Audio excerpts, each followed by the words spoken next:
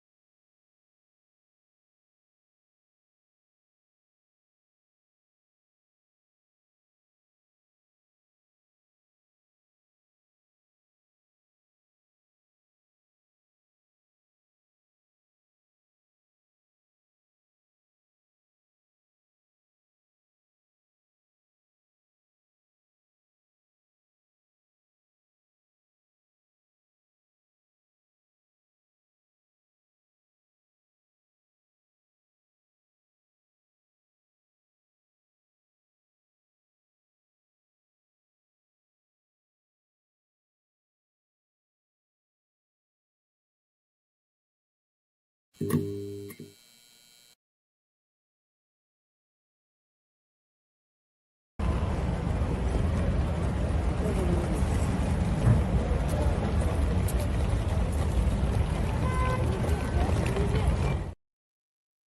to the party. It's your homeboy reporting live from the lab, man.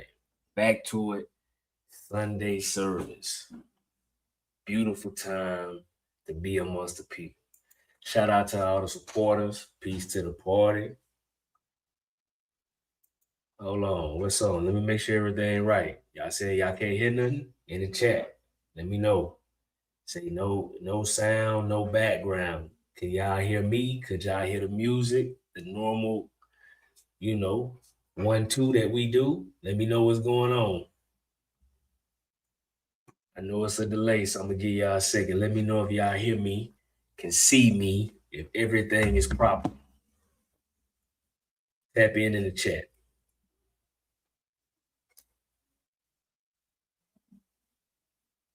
Okay, say we good. Bet. All right, so y'all, we got a good one today. We got Dr. Nicole Mendoza pulling back up. You know, very very interesting case study and just her work period. So definitely, if y'all aren't already, make sure you tap in with her on her TikTok, breaking down a lot of good information. Here at the party, we try to reach out to all the scholars. If you building, you doing your own thing, putting out good information. You know, if y'all check our backstory, we've touched and reached a lot of different people because that's what it's about, getting the information out. None of us own this information. We just stewards of it. You feel me? So with that being said, y'all know how I do when I come on. For those of y'all who don't know, I talk to current events, you know, make it relate, the history relate to what's going on right now. So you know your boy, I be tapped in with the people, man. I like doing my thing on Facebook because it's direct to the people. You know what I'm saying? Peace to you. It's direct to the people, right? You get to see what the average common everyday person is thinking. Because sometimes, especially in the conscious community, you can elevate yourself or in your own bubble, should I say. So you alienating yourself from others, so you don't really be tapped in for real, right? So it's good to stay amongst what everybody, you can't just, if you disconnected for the matrix fully, you can't really understand where they coming from or where they getting this information from, right? Because it's been crazy this week, the stuff that I've been seeing online. So you can tell they drawing up this racial movement. Is really happening right now, right? They trying to take it into overdrive. This is very good for media outlets because it is good for business, right? But in our community, it's people who take this real deal personal and they internalizing what's going on, right? Turning on each other about their opinions on things. But it's time that we got to keep it real though, bro, because right now we know as historians, right? All of you are here know that every single move that's made is a political move first, before nationality, before a race change, before a sex change. All of this is political, right? So it's funny how now, well, I ain't, let me rephrase that because it ain't funny. Right now, we are in a public image war. We are doing very bad. We don't control our image, and what's put out there is bad. And we got to stop denying that within our community that um, we have adopted certain principles that were not with us, that was not our ancestors' way. You feel me? So I'm gonna give you a perfect case study showing you how they do this in the media. So unless you've been hiding under a rock, you heard about these two cases: the child, the Asian man who murdered the little boy, and then the Carmelo Anthony, not the basketball player, the kid out there in Texas who stabbed the white boy. So this is all over social media right now. So let me play y'all a video because this got folks on the book in a rage. But I'm gonna play this for you real quick. Last 24 hours getting up to speed on the Child family versus the Cyrus case out there in South Carolina. And the reason why I say the Child family is because the family is entirely responsible for how this whole situation played out. They escalated it to the point to where this could even happen. I'm pretty sure y'all have seen the video. Ain't no need for me to give a recap. But if you watch the video, you would see that the mother, the son, and the father all played a role and the escalation of this event. Okay, and in my opinion, I definitely feel like the son Andy wanted to go do something to Cyrus because they tired of these niggas stealing from them if they stole. There's history of the father having altercations with his black customers. This store is in a black area, and they became rich off of they black customers, even though they despise them. Now, this is the problem within the black community is we didn't allow these foreigners to come, and the same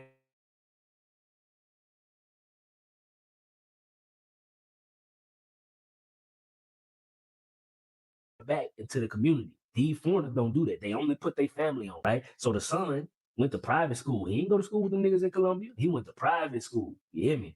Went to University of South Carolina getting the information technology degree off that money his mom and daddy made in the black community, right? So they feel so adamant about protecting their so-called business. They chased a little boy for $1. Okay. And the reason why they was able to get away with this, and I know this gonna sting and this gonna hurt, but this the truth. The reason why they was able to get away with this is because we have allowed ourselves to be portrayed through media and even participate in these actions that make us look like savages, that make us look like people who do not have a human nature, a human side to them. To where when you a young boy, you are already considered a man.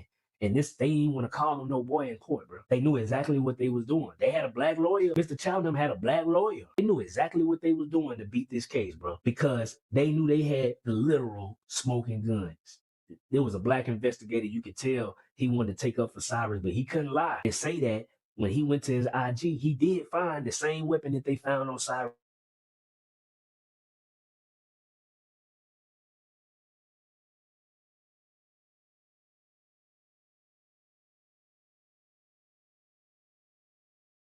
They wanted to, but they couldn't lie, bro. You feel me? And because of the way that they portrayed Cyrus, this is how Mr. Child, they was how they was able to get off on this. Even though that was some cowardly shit that they did. Rick Child, Andy Child, I think the wife named Allison Child with the fake ass names. And they came here and got rich amongst the black people, and they feel like they gonna teach one of you niggas a lesson. How dare you steal $1 from us? How dare you? Hey, so now as you can imagine, now I done told y'all here, y'all know the truth. I do what they call it. So in marketing, it's called A/B testing, right? Different titles, different messaging, and switching it up, right? Just to see what the gauge the reaction. So as you can imagine, that was more well received amongst black people because I was making Cyrus out to be a victim, in which he was a victim in this case because that man shouldn't have shot him in the back. That was just some cowardly shit. However, two things can be true, and that's why we got to keep it real. The fact that this was even the case in the first place was because Buddy he had a gun, bro. And what is it about it in our culture to where we want our younger kids is feeling like they need to have weapons on them at all times? That is not a normal thing.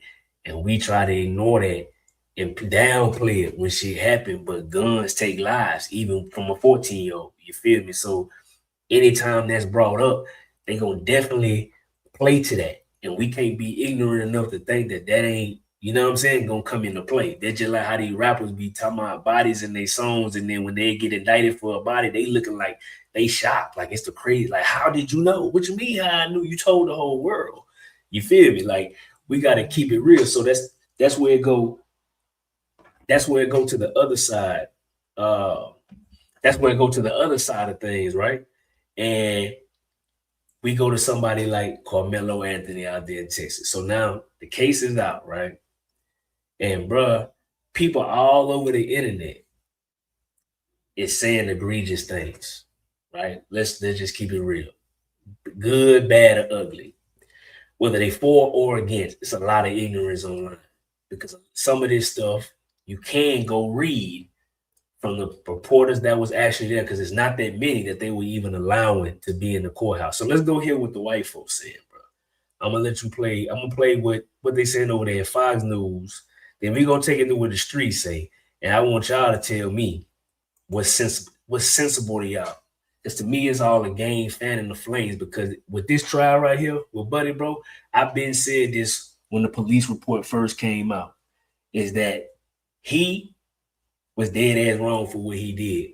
Because if you take the race out of this and you did black on white, everybody would say, bro, you do not stab nobody for no fist fight and no track meet. Come on, we got to keep it a buck. But I want you to hear what them people say. Hold on.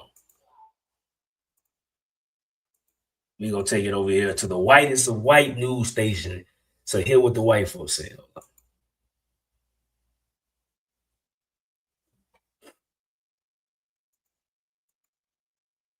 All right, I'm about to play it.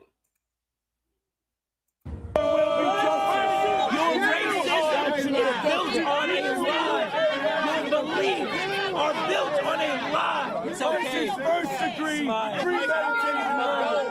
Capital punishment. We're going to stand by ours regardless. This is about race. Because if the shoe was on the other foot, they wouldn't give a damn. Wow, those were the chaotic scenes outside of a Texas courthouse this week during the murder trial of Carmelo Anthony. Hello, everyone. This is the second hour of the big weekend show. It is day 3 of the trial of Carmelo Anthony, and he's accused of first-degree murder for the deadly stabbing of fellow 17-year-old high school student Austin Metcalf. Now, the alleged murder occurred at a Texas high school track meet back in 2025. The defense team claims Anthony acted in self-defense, while the state rested its case just moments ago after calling 21 witnesses. We have team coverage with former NYPD Inspector and Attorney Paul Morrow standing by. But first, we go to Brooke Taylor live out.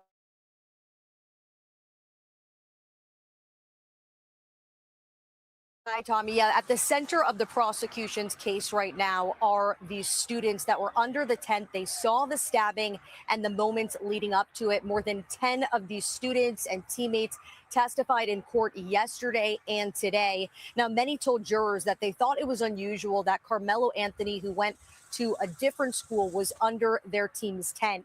The defense said that Anthony was sheltering from the rain and recognized someone there. Students testified that Austin Metcalf repeatedly asked Anthony to leave. Several recalled Anthony responding, "Touch me and find out." Now, jurors also heard that Metcalf made the first physical contact, but witnesses described it as minor. One called it a soft touch. Another described it as a little push. They testified that moments later, Anthony pulled out a 5-inch folding knife from his backpack and stabbed Metcalf in the chest. The defense argues Anthony acted out of self-defense and fear. Now, one of the key witnesses today was a 17-year-old teammate of Metcalf's who was under the tent. He testified that Metcalf tried to avoid a fight, telling Anthony, quote, "Dude, I'm not going to fight you at a track meet."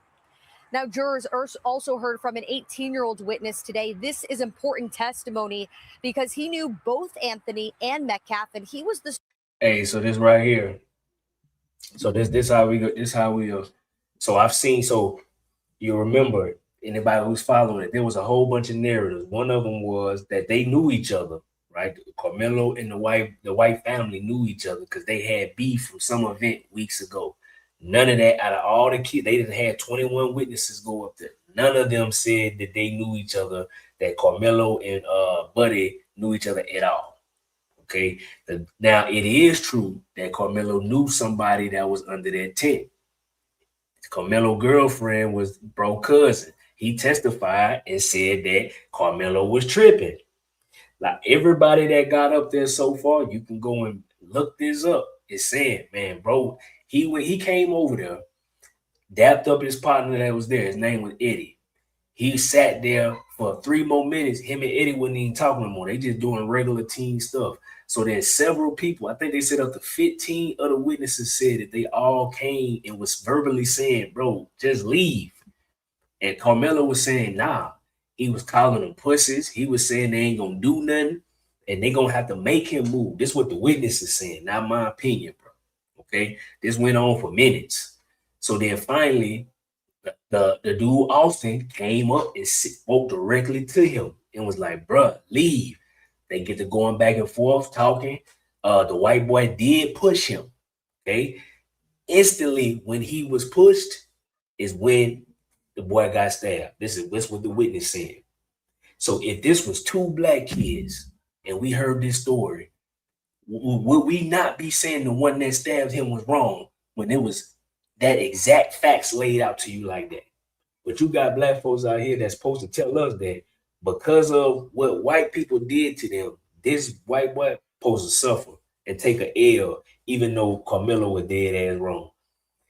What sense do that make? Especially us knowing the average white man couldn't do shit for you if he wanted to. Shout out to the ancestor Dick Gregory.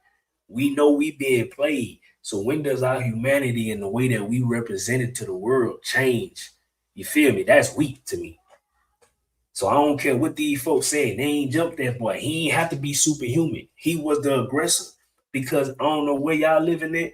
Our kids ain't no soft shell. Man, they listen. It's really like that.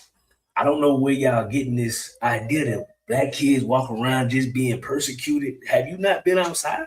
These boys going crazy. You feel me? With no regard for things, and it's because of their elders, us, and the people before us. This a couple generations in. I'm a millennial. They the souped up version of us.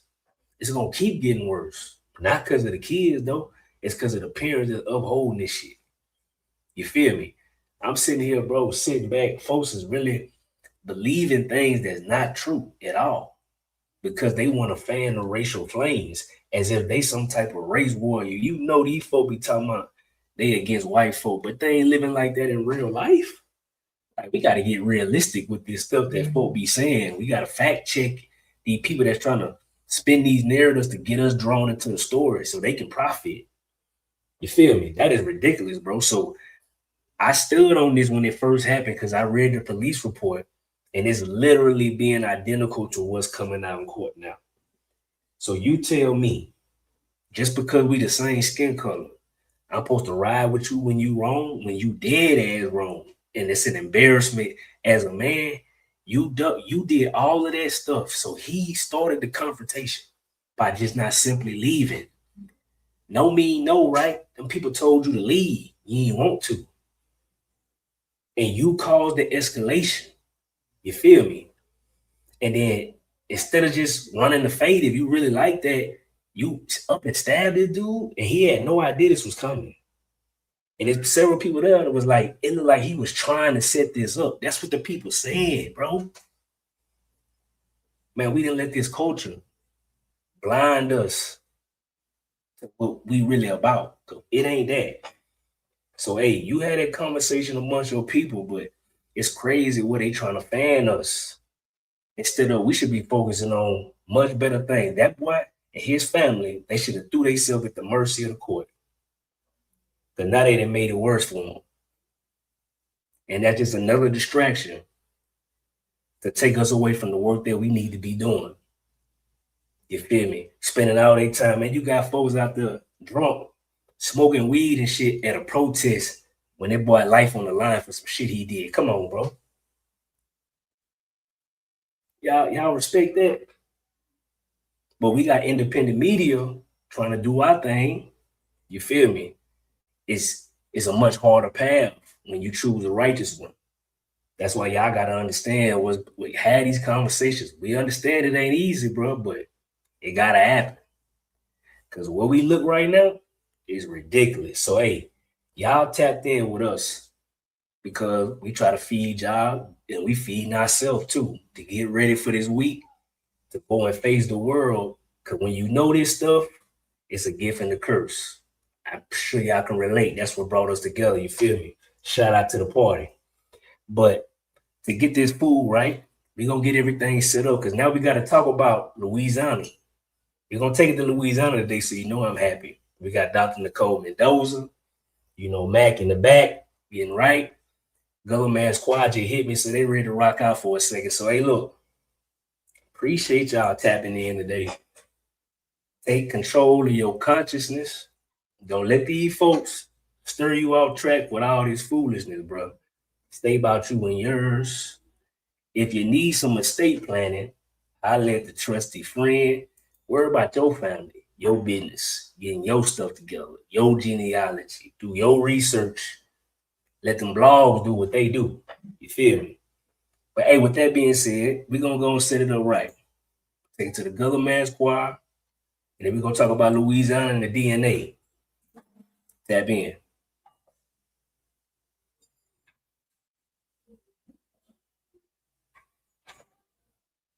Damn, son, where'd you find this? They cut the story into pieces.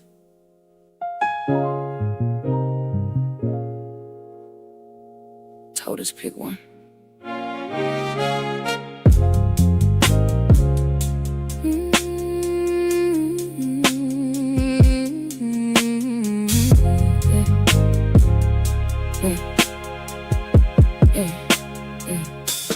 They gave me a color, said live inside this. Found my name down, made it fit in their system. Whole bloodline got trimmed to a sentence. Now I'm looking in the mirror like something been missing. Got rivers in me, they never mapped out. Got names in my bones, they never let out. Every time I felt different, I was dead right. They just buried the truth under headlines. Split me up, then they labeled it clarity. Now we fighting over fragments of identity. If I'm everything, why they narrow me? I'm putting all my pieces back deliberately. Don't dilute me, don't reduce me. I'm a blend they couldn't blueprint. Every layer got a voice. Let it speak. It's that Creole soul. Unfold, don't fold. Every root I hold, turn me hold. It's that Creole soul. Not one code, I've been told. Now I know. Yeah. Feel that? That ain't confusion. That's memory. We've been walking around edited versions. Whole identity stuck behind curtains. Took the depth and traded it for surface. Now we searching for worth and what they purchased. But I feel it when the rhythm hit different. Like my body recognize what's been hidden. Certain sounds make my spirit sit up like you've been here before. I can't forget it. They simplified us just to manage the narrative. Turned inheritance into comparison. But the truth don't break under pressure. It just wait for the right ones to carry it. Don't dilute me, don't reduce me. Yeah. I'm a blend that couldn't blueprint. Every layer got a voice. Let it speak. It's that Creole soul. Unfold, don't fold. Every root I hold, turn me hold. It's that Creole soul. Not one code, I've been told. Now I know. I don't gotta choose a side, I don't gotta cut my ties. Every line inside me mine. Yeah. I'm the sum, not the fraction. I'm the truth past the caption. On my blood in alignment. Say it plain. We not one note, we harmony. Now I move like I carry an archive. Every step got a past that survive. I ain't searching for self in they boxes. I rebuilt it from what they tried to hide. So when I speak, it's layered intention. Not just pain, it's full dimension. We don't need their permission. We remember, that's the mission. Don't dilute me, don't reduce me. Don't dilute me, I'm a blended.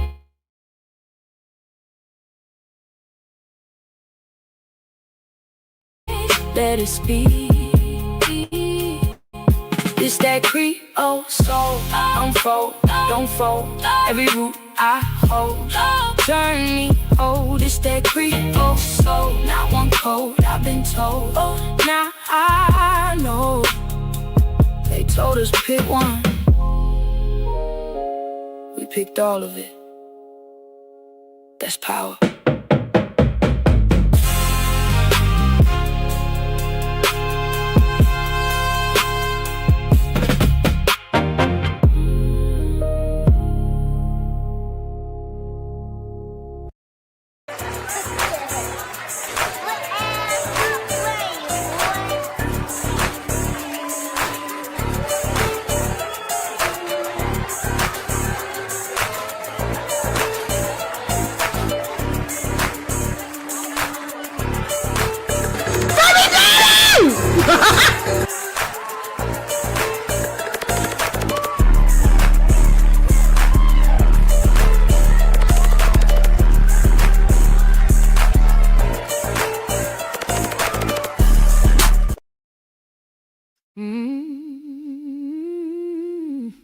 parish line.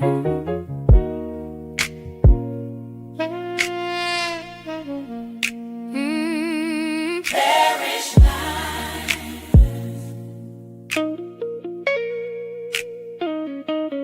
Parish line. This place got paint in the walls, old names walking the halls. Some had land, whole lot of pride. Some lived free in plain sight. Then came laws with colder eyes, pressed our lives inside their lines. I heard silence at the table, I saw grief behind the smile. The story ain't simple, they want it gone. Something was stolen, but the truth lived on.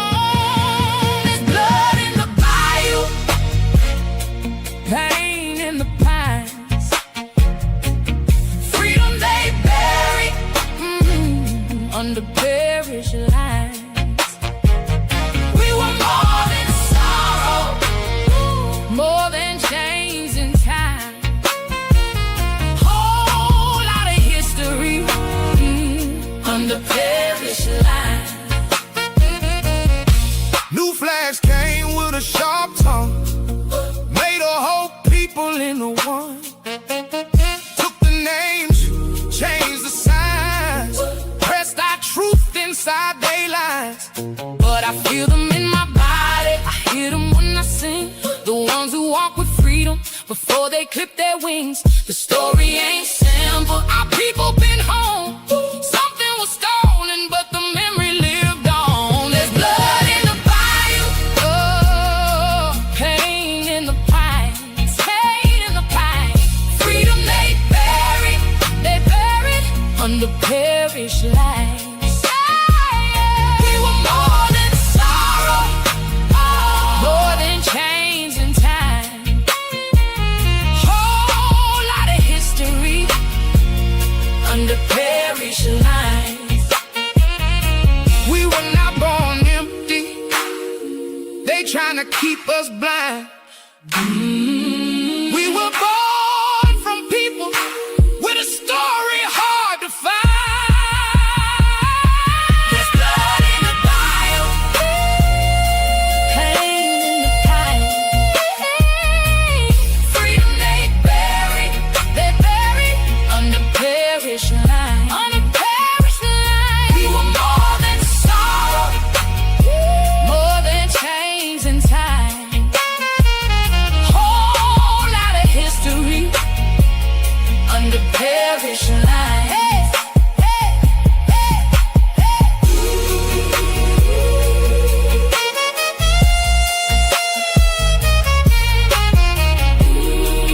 lines.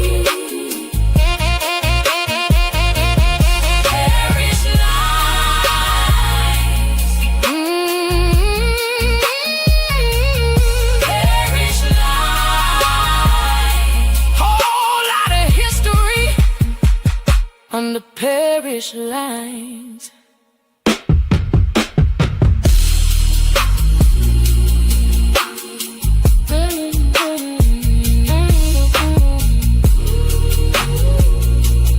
Parish lines.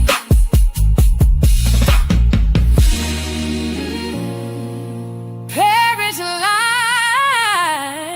Whole lot of history under parish lines.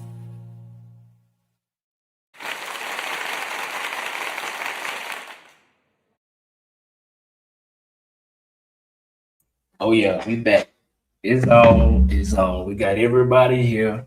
It's a beautiful time. Everybody in the chat. Appreciate y'all. Let's get to it. We got Mac. We got Dr. Nicole already here. I'm gonna bring Mac up first. You go on and intro this properly, and then we can bring up our guest. She's prompt and on time. She on me because I forgot to send the link. That's what I love when people on time. But you know I like that, Mac. Hell yeah, that part. So how you doing, bro? I'm hanging in there, man. It's a Sunday, man. Sunday service, man. You already know what it is. Peace to the party. autonomously. The harsh reality is live life autonomously. You heard? Yeah, tap in. You know what I mean? It's your boy Mac 8 one more time. G Mac, Gullah Mac. You know what I mean? The G for Gullah. You heard me? The Gullah Mass Choir. You heard? Yeah, that part. The parish lines. Hey, that's like the borderland, but it's, you know what I mean? We talk about, specifically, we say parish. We know parishes is tied to Louisiana. To Louisiana only. Situation. So, yeah, we might have to do 2 parts of this, but because of our guest, Dr. Mendoza, tonight. But I know this is somewhat connected, you know what I'm saying? So that's why, you know what I mean, I want to make sure y'all catch it, but you know what I mean, I'm saying it now. So before we even come back to y'all and hit y'all with the other one, you're going to understand why I'm saying this now. You know what I'm saying? For sure. You know, we covered Mississippi last week. You know what I'm saying? Yep. Yeah, we covered Mississippi last week. And obviously, y'all we heard in Mississippi how the French had a big part of Mississippi. You see what I'm saying? Correct. So the biggest. The French, you know what I'm saying? The French. So Creole soul, you heard me? So a lot of y'all that got that soul out of that territory, you know what I'm talking about? That Creole influence, you know what I mean? They say, you know, it's tied to that French influence, obviously on top of what the indigenous and other groups of people that were in the areas at this time. So, you know what I mean? We just, the ethnogenesis of North America, you know what I mean, is what we like to tap into with these type of conversations. So again, peace to everybody that's out there in the chat watching this live or after the fact. Maranatha to you. You heard me? You know what it is. It's Maroon time, Maroonville. I had to say that. I ain't said that in a minute. Yeah. In Maroonville bit. You know what I'm talking about? Shout out to everybody that be in Maroonville on Facebook. Obviously know what it is. You know what I mean? Yeah, for sure. So I'm with it though. I'm with the smoke. Let's get it. Yeah. So I'm gonna bring up Dr. Nicole up, and then we just gonna do what we do. For sure.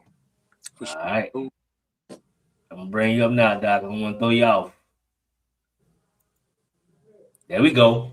There she go. How you doing? What's up, doctor? How you guys doing? Doing good. How about yourself? I'm fantastic. I am so excited to be here today. Louisiana is near and dear to me. So my ancestors were not going to let me miss this one. Yeah, exactly. So, and that was the whole plan. So Mac, to fill you in, prior to this, we've been breaking down other states in the South, right? So we wanted to bring you back. You know, we've been working on this for over a month, right? And we had to reschedule. So it was perfect timing because it would have been a completely different show. You see what I'm saying? So you were meant to be here for this. All right. Yes. So me being from Louisiana, I know I saw the video you did. I know you got the ancestors for Louisiana. We got to rock out. You feel me? Yeah. So that's what it is. So you kind of seen the outline. So we're going to let Mac, we're going to walk us into just some of the baseline history. And then we're going to show them why the DNA and then the whole Black European and Louisiana specifically is so very important and crucial. Yes. For sure. Hey, man, again, shout out to all the ladies. First week, we got a lady guest tonight. Shout out to all the ladies that tap into the Autonomous Party.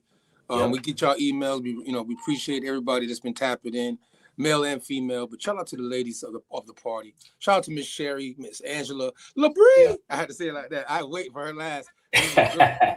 Bria, you know what I'm talking about? Shout out to Bria, man. LaBrie. Matter of fact, with that being said to her, because of Bria, I always say LaBrie. You see, I sent you that link, so we give them that first. We're gonna start off with elementary. You know what I mean? Because we're dealing with free people of color, right? As a term that also was used, but the term in the French corridor or French territory is tied to this word LaBrie. You know what I mean? And so when we say free people of color in English today, as you hear me saying it, there's a French way of saying it, and it's tied to most of y'all ancestry that are in that have ancestry, I should say, even that goes back to prior to the United States being formed and it being what we call today Louisiana or French territories. You know what I mean? Prior to them leaving. So I wanted to make sure I give y'all a little bit about that because we talked about LaBrie before, but because we dealing with the ethnic ideal of these people right here, I want to just make sure we're on the same page. What you think about that, Doctor? I'm on the same page. No, I think that's good. All right, let's get it. That's what you know what I mean. You always want to make sure if something you want to say, anything we say, you always can tap in. You know what I mean? So I just want to start off on a fresh. No problem speaking up. Hey, Mac, which link you want to start with, bro? This one right here. I'll point to it. Yeah. There you go. Oh, the free people. Okay, all right, bet. Yeah. The free people of color. We're gonna go straight to free people of color. J store. All right, about to share. Mm-hmm. Because it's the people that make up the territory. And I think we kind of get lost sometimes in letting now the territory or jurisdiction of now, say, United States of America and these states that are formed based off the labeling kind of reclassify what your ethnic and your mixture may be in these territories prior to these things happening. So it's about the people. It's always been about the people. That's the autonomous way. You know what I mean? Maranatha. So you see, you say New Orleans in this one, and I had this for y'all. See, I mean, free people of color prior to, or it says pre-Civil War in New Orleans. So you see the lady that they're presenting in this picture right here. You know what I'm saying? Mm-hmm. She's fair skinned. Dr. Mendoza, she might be a little bit shaded lighter than you, ain't it? Just a little bit. Oh, she's much later than me, but well, the picture maybe it's the light, but I'm just saying, but you ain't as dark as some people would say compared to how I look at myself. I'm gonna say I'm darker. However, she's considered colored, though. You see, notice that, right? We know we got. Oh yeah, you can see.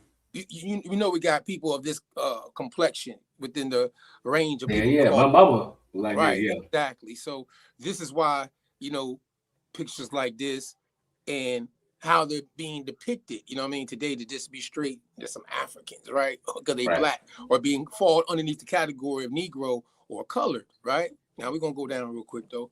Just to get it gave a picture and an example. So I don't know if you can make that a little bit bigger. Yeah, hold on.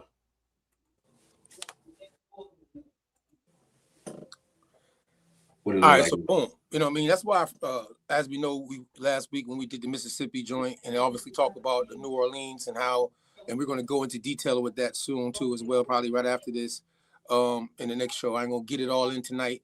So don't, you know what I mean? Get mad at me for not getting all the details in tonight of everything of Louisiana.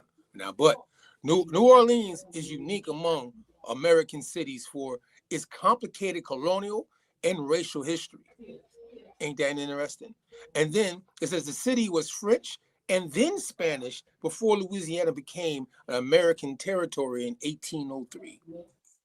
A large population of free people of color. And you see right after that, it says Jean de Couleur Labrie lived amid enslaved people of color. Some of these Jins were quite, is that right? Did I say that right? Quite well off. Yeah, that's it. Right. Mm-hmm. Quite well off. All right, I'm seeing I'm tripping. A few owned slaves themselves. Well, y'all see more that? Than a few. It said a few. Way more than a few. Yeah, they are playing. Hey man, all right. But at least they are pointing out. Yeah, they making it clear. Also had people working on their plantations too. You know what I'm saying? So with that being said, there was a geographer, Amy R. Sumter writes, tripartite racial structure and hold on, I can't read what the thing. Oh, my bad. It's all good. And racial fluidity, then narrowed and tightened with statehood in 1812 and absorption of American definitions of race. See, we talking about DNA and everything today. So I thought this article fell right in line. You see what I'm saying? No, thanks. So, keep going down a little bit more. Ain't too much more of this right here. All right, so from the beginning, French and Spanish colonial conceptions of racial categories were much looser than those in the English colonies. And we've gone over that with y'all, and how their labeling was not as fluid as I just read. It says the first slave ship arrived in Louisiana in 1719. The French, who controlled the colony from 1682 to 1763, had a code noir. I know y'all, we went over the code noir, right? Several times. All right, now. We're going to come back to this again in the Louisiana series, but tonight I just want to make sure this one covered a little bit of everything. And it says that governed relations between Africans, wink, wink, and that term is not even being used at that time in this history, by the way, because they're not even using these race codes at this time. However, and Europeans and regulated emancipation, the distinction between free and unfree people of color was written into this law, with the free people of color legally equivalent to whites, slaves, meanwhile, could gain freedom in numerous ways. You know, most people know about manumission, and those different emancipation and other terms that we've covered too on this show. You know what I mean? So for instance, by defending the colony, interesting, defending the colony or teaching a master's children. Ooh. Then now look in here. These mixed race Creole of New Orleans were famous for their wealth, culture, and education until after 1830, when the American concept of race began to reign. Oh Lord! Hey, this it. Hold on. Wait. This one I came with this one first. I'm gonna put this. Yeah, I feel you. I like that because you just sent me this, so this was not planned earlier. But you know, like what? Nah, I like it. It's good when this happens. Yeah. This is the throw the loop. You know what I'm saying? When Jay-Z said at the Roots picnic, I didn't tell Questlove I was going because he's gonna diss somebody. You know what I'm talking about? I'm not dissing nobody, but this is a surprise. I had it sitting there. I'm like, shut up, I'm gonna put it back. We don't have to do this one. So either way, it covers everything I think with the doctor in our conversation of Louisiana, dealing with DNA, different people mixtures, different things, etc. And obviously let you know how the colony, French colonial territory, and the people of color, as we would say in English, Labrie, were not all falling underneath even the term African even at that time.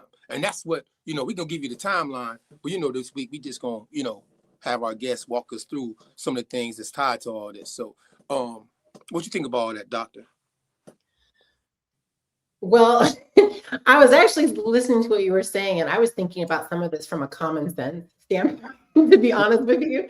When you were mentioning, when they were talking about having people educate their children already, that should tell you, okay, you wouldn't be bringing over slaves from Africa who are uneducated. You're going to tutor your kids. That didn't make any sense to me. But I think more importantly, when we are talking about it from a genetic standpoint, is that you're going to hear me saying the same thing over and over again, probably today, is that whatever was happening in the colonies, especially in Louisiana, was 500 years ago. We can't take our modern idea of what it means to be anything, modern idea of what it means to be Black, white, Hispanic, anything. We can't take that and put that on what was happening 500 years ago, because they had a completely different idea about it, and it changed, which I know you're going to talk about, from empire to empire, right? So the people never changed. The genetics never changed.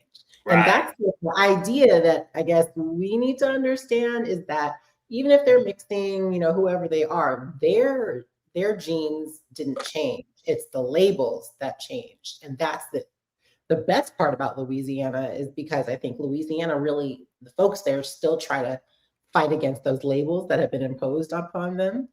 And that's where I'm at. It's just like so much common sense. Like, obviously, it has to be different now. And I think Just Org and what they said and showed in this article, dealing with Labrie and free people of color, in the simplest terms, like you said, common sense is why I started with this one. I said it was going to be elementary first. I think common sense is the most elementary. It reigns supreme.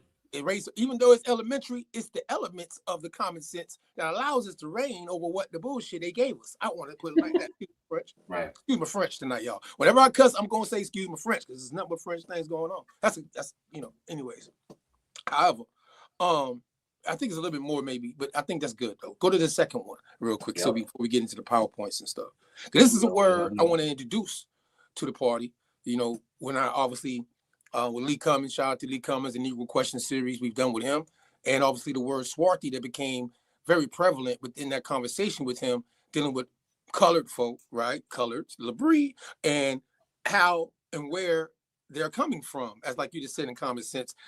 Would these French people be bringing Africans over to educate their children to become free?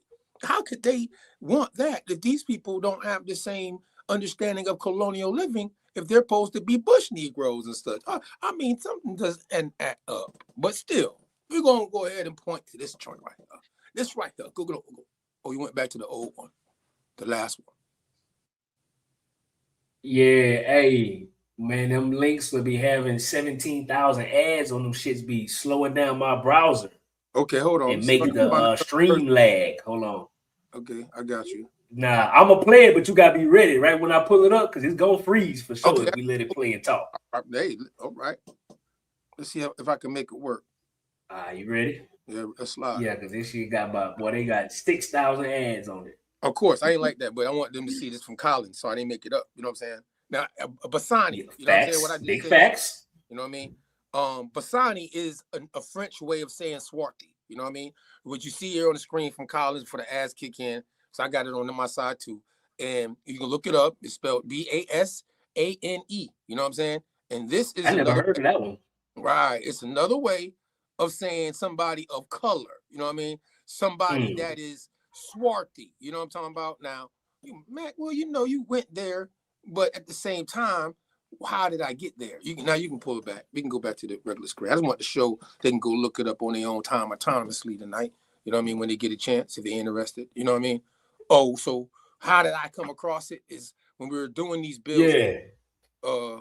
And we know swarthy. And I'm like, you know, as we've covered swarthy and obviously he showed y'all the definitions of what swarthy shows, it's obviously blackamoor, Negro, colored, are all within that description of the 13 what we call English colony descriptions of people that they had coming over on manifests and stuff that we've gone over with Lee Cummins, right? So in the situation of, you know, I'm like, well, common sense, as the doctor said earlier, the French don't say swarthy. That's not in their lexicon. You know what I'm saying? So what would be another word that they would use? Yeah. See what I'm saying? And that's what made me dive in a little bit from because colonial, like she said earlier, terms and labels, how we use it today, ain't being used then. So I'm like, wait a minute. Correct. Like Labrie, that's what they were saying. Free people of color, they're saying Jean de Color Labrie. You know what I'm talking about? That was in Haiti too. You know what I'm saying? Not just all French territory. That's what they calling people of color. That's free or enslaved. However, indentured, whatever, as we can get to. However, the 17th and the 19th centuries often use complex-based language rather than modern racial categories. Terms such as swarthy, as we know, dark-complexed, olive-skinned, brun, B-R-U-N, French, Bassani, B-A-S-A-N-E, French, and then tawny. We all know that word tawny as well is another term for somebody that would be like I think the lady that we showed in the Jean de Color picture is like more would be considered tawny. She's not as dark, but she would still be in the colored standpoint of being considered tawny. You know what I'm saying? Light-skinned, fair-skinned, but still we know it's not what we call white European background. You know what I'm talking about? Put it like that. So, however, it could be applied to Spaniards. These terms, look what it told me now.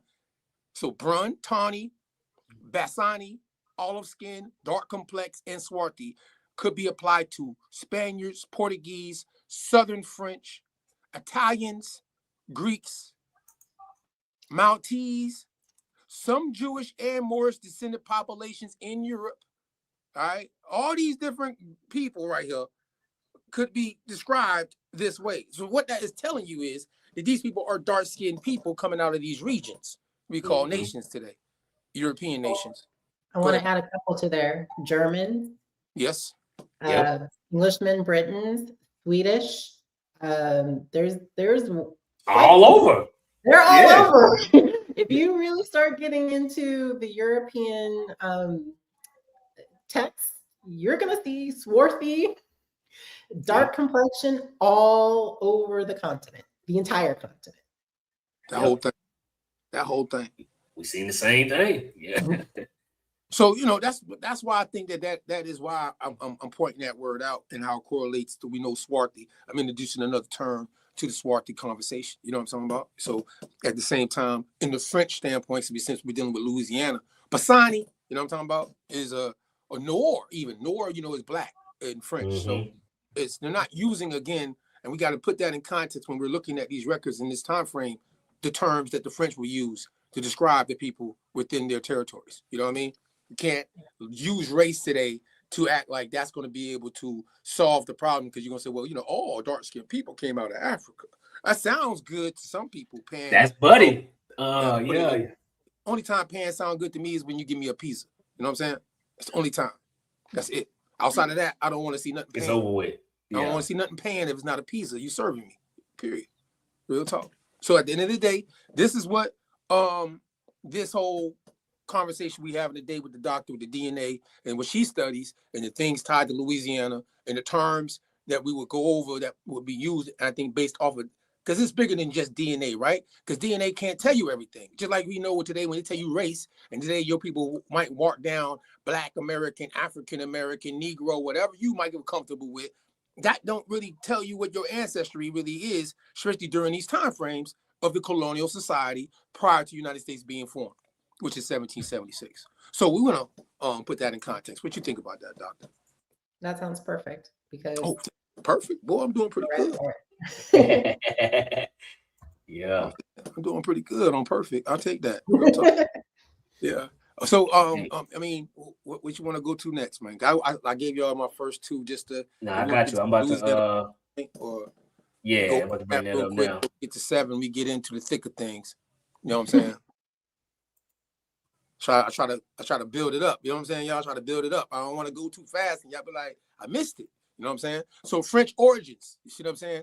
In 1682, French explorer Rene Robert Cavalier. Think about the basketball team, right? You see that's a French influenced term, even in Cleveland. Then you got to look at Cleveland and say, well, hold on, was Cleveland? They had some French folk up there. How they get Cavalier influenced? All right. However, Sieur de La Salle, you know what I mean, claimed Mississippi. See, we were just talking about Mississippi last week. Bassin for France and named it. Look, y'all. Look in here. La Louisiana. La Louisiana. You know, la in French means the. You know what I'm saying? And this so happened to be a French Louisiana. How they spelling it here is the tied to King Louis. You know what I'm talking about? Like that's the long form of Louis. You see how Louis is in it? I want y'all to see that's the full French spelling of Louis. In English, how we say Louis today. Lois, however you might pronounce it. However, you see it though. You see it spelling. Right there. We can slide down. I just want to make sure you see, because I've heard some things. We're gonna cover this when we go over Louisiana in full detail of this. That Anna Marie, for some of y'all that out there, shout out to the Washita, Tunica, and certain folk, Biloxi out there in Louisiana, right? And obviously, mounds and everything tied to that area. However the case, we've heard people say King Louis and Anna Marie. You know what I'm saying? It's how Louisiana got its name. I'm gonna show y'all something when we go over this, because I took it for at first. And I was like, no, that don't make no sense though. Common sense is saying this ain't adding up. However, Louisiana was named. Say again. I'm sorry. Oh no, you got it. Anybody say it? All right, Louisiana was named in honor of King Louis. You see with the X and then what's that? The 14th? 14. Right? The 14th. Make sure y'all get it now. We all on the same page. Which one it is now? And it says of France. La Louisiana means land of Louis. You see that? Land of Louis. You know what I'm talking about? His land. He's making a claim. You know what I mean? Like King James VI made a claim. See what I'm saying? And we go over how that linear Stuart line, right, went through things, even leading up to how Carolina got its name. It's not the same as Louisiana. So a vast territory, French Louisiana originally covered. Look how much it covered now. Look in here. A huge region from the Gulf of Mexico through the Mississippi Valley. See how this is all connected? It's all interconnected. See what I'm saying? From last week's bill. That's why Louisiana had to come next. Because of how Louisiana it made sense. Overlap with each other. You know what I mean? Next, we slide. In 1803, the United States acquired Louisiana from the French and through the Louisiana Purchase. And we're going to cover that too. That's tied to what we know certain people talk about with the Washita and claims the heritage and lineage, French, European, Swarthy with Indian and everything mixed in between. Yeah, all that's tied to this Louisiana Purchase, conspiracy and myth and all that other stuff and tied to it too. However, we're going to get down to the bottom of that purchase. You know what I'm saying? Because the records are done. Hey, and then too, somebody in the chat said, so a lot of people, the misconception they have about Europe and during these purchases is they thinking it was by physical force, like it was people actually here. They just signing over lands. But a lot of these European kingdoms and the people that live them, they never even saw the land they had in America. They never physically stepped foot on a lot of this land. You feel me? They just was claiming the possessions. Right. Exactly. So it wasn't all they people over here. If you was from Europe and you was over here, especially before the 13 college, man, they were doing whatever the hell they wanted to do. They get right outside that little ass fort and go be with the indigenous people, and they're never to be found again in no European system. Hey, like I think that's the other thing. That's why I say we're gonna get down to something when I go into this with the Louisiana Purchase, and even the lady by the name of Anna Marie, right, and who she really was married to, which is tied to King Louis, the king that Louisiana is named after, and how that thing goes into that. We're gonna get into that. We ain't gonna do it tonight, but I'm letting y'all know. Check us next week. We're gonna give you all that work. You know what I'm saying? However, this whole situation is laid out this way. Feel me? So, what's next?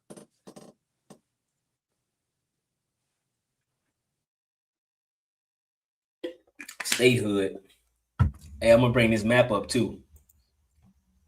There's a lot of people that don't understand when they hit a Louisiana Purchase, they're just thinking of the state that they know of today. Nah, them folks, look at how much land these people had, bro. They couldn't have done the westward expansion without making this happen. This is why this was so pivotal. And they had to get this interior treaty land. This is why all the main civilized tribes came from the south for a reason. That was their way west. This was the most profitable land right here, right? So they had to make this. They eased their way over here, but without this, they never get to the West Coast. You know what I'm saying? So that's why the deal was so important to be had. But they didn't know anybody who was in this territory. They just claimed it on paper. People been existing here before they ever claimed this and named it what it was. So I don't think a lot of people really understand that sometimes it's good. You got to go back to some of the baseline history we was taught, but reframe it with what you know now. And it kind of makes the story, common sense starts to kick in, right?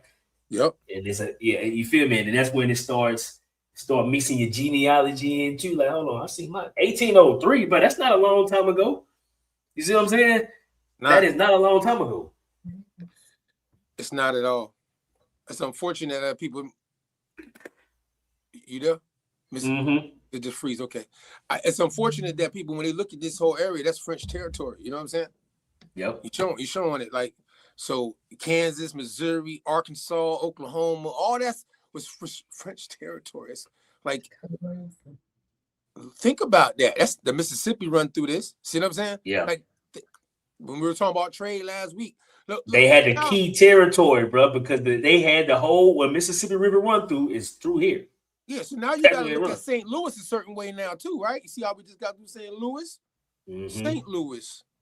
You know what I mean? It's certain things you got to start putting like dots together and looking at it like a different way when you start looking at where the influence of these colonies and these different things and trade systems and everything is tied to. You know what I mean? It's very intriguing to me, at least. However the case, but that's that whole thing right there. So that's where I'm at on Louisiana, for just to give everybody a little backdrop on Louisiana. Is there anything else we had on Louisiana just to give? I want this to give a little backdrop before we start getting to talking to the doctor about. Nah, it's perfect segue. So check it out. So basically what we are right now, right? We've the last couple of weeks, we've broken down all these places in the South that really can't be accounted for properly by these people. So now we fast forward and we know those of us out there trace our genealogy to these areas. And we're not coming up with what we think we should be finding. Then we got folks telling us, hey, man, you need to do a DNA test. But then last time when we had you, Dr. Nicole, on, and you brought this whole ghost population, oh, man, that right there put us on a whole nother frame of thought, because it proves what we know on the science side, because that's not our strong point. But when you brought that to the table, I think that was pretty powerful. So this is a perfect segue into that. Oh, shit. Yeah, you feel me? That's how we come in today. Hey, this is the people. Hey, Dr. Mendoza, remember the last time we was together and you said that ghost dance? See, I just said it right there. I gave it away. You remember the ghost DNA thing? And I started dancing? Oh, let me tell you. Hey, look. Hey, ghost dance, BSB. I remember it. It was like, ooh. Anyways, though, I did some research after we talked to you. You know what I'm saying? Because I like when someone put me on to something, it made me be like, my mind just started like wandering, like, wait a minute. I ain't never heard this ghost dance thing. It made me dance to see my mind was dancing too. Like, I've never heard this ghost DNA. Like, what's ghost DNA? So some people need to get caught up on what's ghost DNA that we got you back, because that really made me be like, I gotta talk to this doctor one more time, at least just on this part right here, because it hit me. I ain't gonna lie, it was my first time. Like, you know, first time. You know what I mean? Whew. Let me tell you and something. I don't think I would have known about it unless I wasn't a ghost population survivor myself. Yeah. I think they keep it pretty hush. They don't want us to know that there's all these people walking around with DNA they can't identify in terms of population. What? So it makes the difference with common sense that if you have been led down a certain trail to look at DNA based off of the labeling of a race category of something that took place way after what happened with your ancestors being in, for instance, how we're talking tonight as we started Louisiana, with your own research on your ancestry, your family tree, and terms that your family might have been called in these different periods of time, right? In the colonial French territories, right? So when we think about it, you know what I'm saying? It's just, you know, I just want to, I made this for you, Miss Mendoza, Dr. Mrs. Mendoza. Listen here, I made this for you, right? All right, I did this for you. You know what I'm saying? Understanding ghost populations. I want you to walk with me, and you let me know where to stop at. You want to tap in, because this is your thing. You know what I'm saying? But I wanted people to get a little refresher, and they're gonna have to go back and watch the first one when you dropped it on us. But you know, let me know how good I did here with this. All right. So understanding ghost populations, ancestry, and ethnogenesis. See, because I thought that the ethnogenesis is tied to the ghost part because of the fact that people aren't going to be able to trace certain parts of their ancestry based off of the DNA that's tied to it because of what you said that day. You know what I mean? And I was like, wow, it just blew me again. Ghost DNA refers to genetic contributions from ancestral populations that have not yet been directly identified through ancient DNA samples. Can you break that down, Doctor? Well, my bias is showing because I'm like, oh, not yet. No, it's not yet. They choose who to sample, but essentially, yeah, that's what it is. Essentially, when you're getting your DNA done, or they always are comparing it to these reference populations, and I'm going to keep talking about that. But those are groups all over the world that are politically defined. So in the US, we are defined by the government, right? We are defined legally as African American. And so the researchers go and they get these groups and they take the DNA samples from those groups that already have labels on them. And so when they're measuring the DNA and it doesn't match any of the groups that they've already matched, then they're like, we don't know where this came from.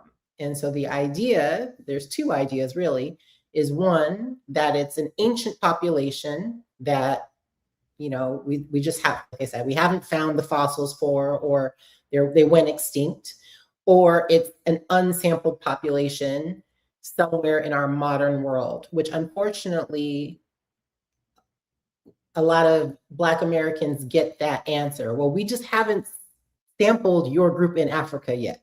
You know, when you come back, you just haven't found them yet. Yeah, that's what it is. So that's what it means to be ghost.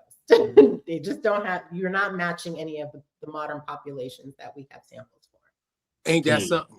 So wait a second then. With that being said, if they go to, all right, if they just gonna go off of this racial thing, right? Black folk, right? And they went to West Africa right now and took a sample from somebody in West Africa, let's say Angola, right?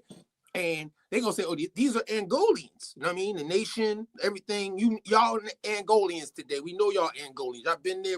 Y'all live there now. Boom, boom, boom, whatever. However, boom. You're gonna now tell me you're gonna take their DNA and then say, you come across the water of the Atlantic, right? And then see another dark-skinned person and say, hey, you know what? Your DNA match them. Yep, because y'all Africans, and we know we brought some people from over in that area, and yeah, you know, that's the majority of your DNA. We telling y'all from this. So how could that even work, Doctor? You see what I'm saying with this? You just said how it worked. Okay. You just said how it worked. I gave it. I did. Like, so basically, you're talking about admixture, and I'm gonna be as simple as I can, but It's essentially looking at how certain genetic markers show up in different populations around the world.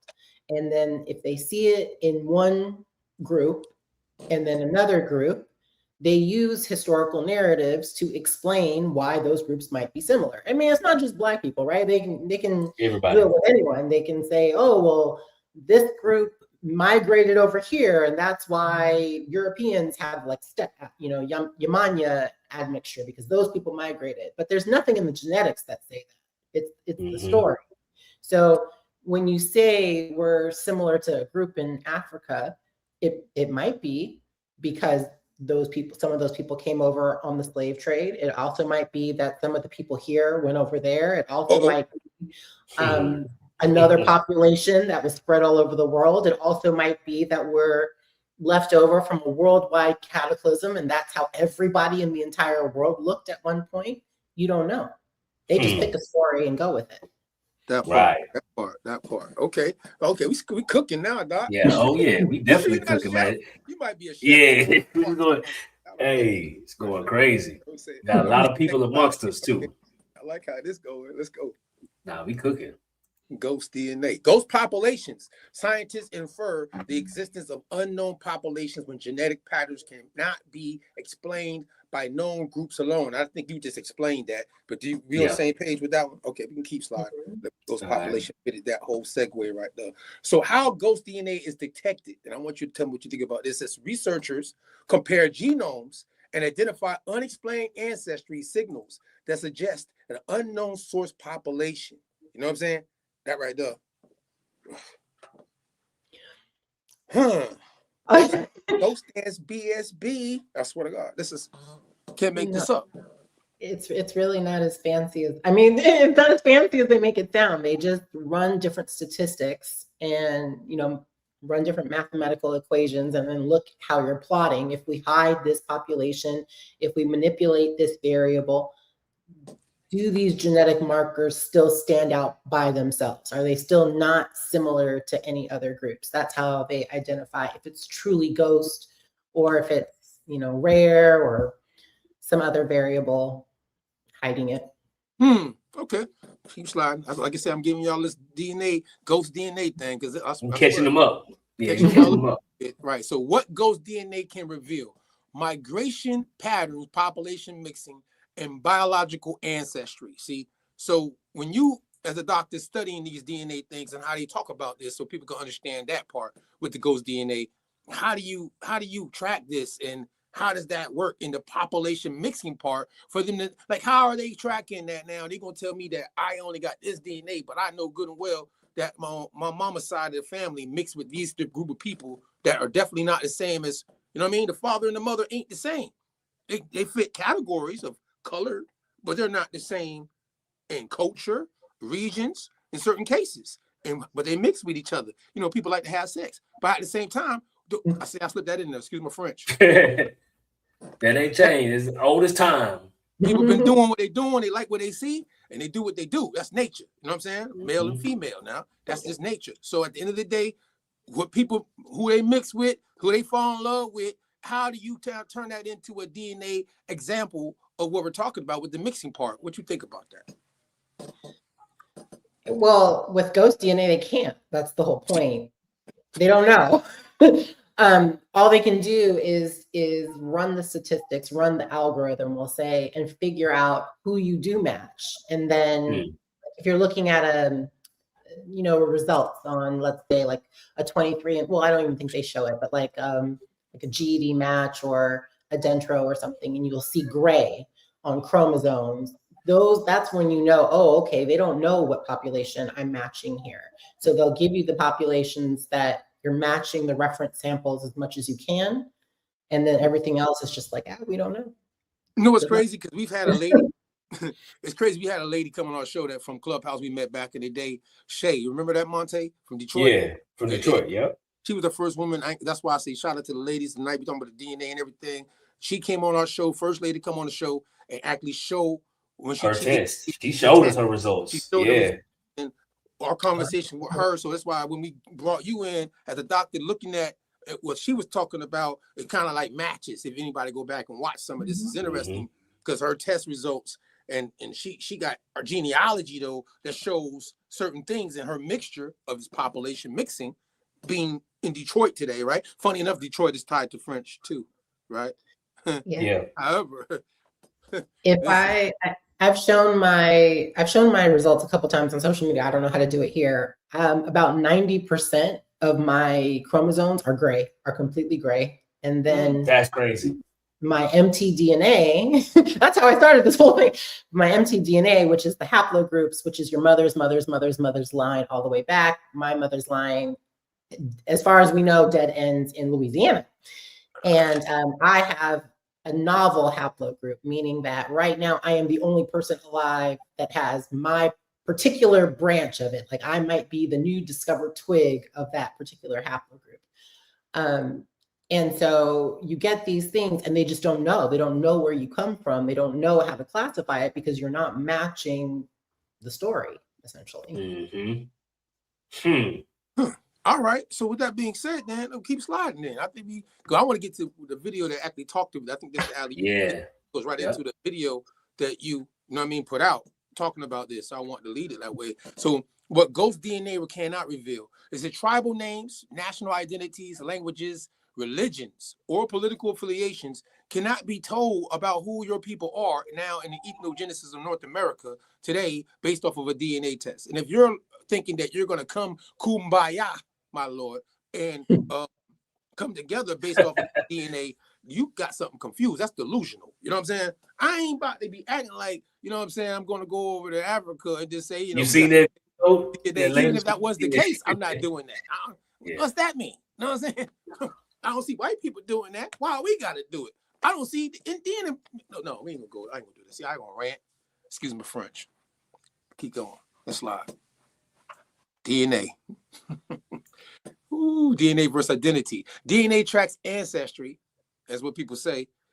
And Dr. C, how we talking tonight, right? It's not really tracing ancestry because ancestry I just read shows that you have way more to talk about within what your ancestry is than just some DNA thing that they talk about tracking in a modern day time of race science. Because race science is even a theory in the first place based off the timeline of when it was created by some German people.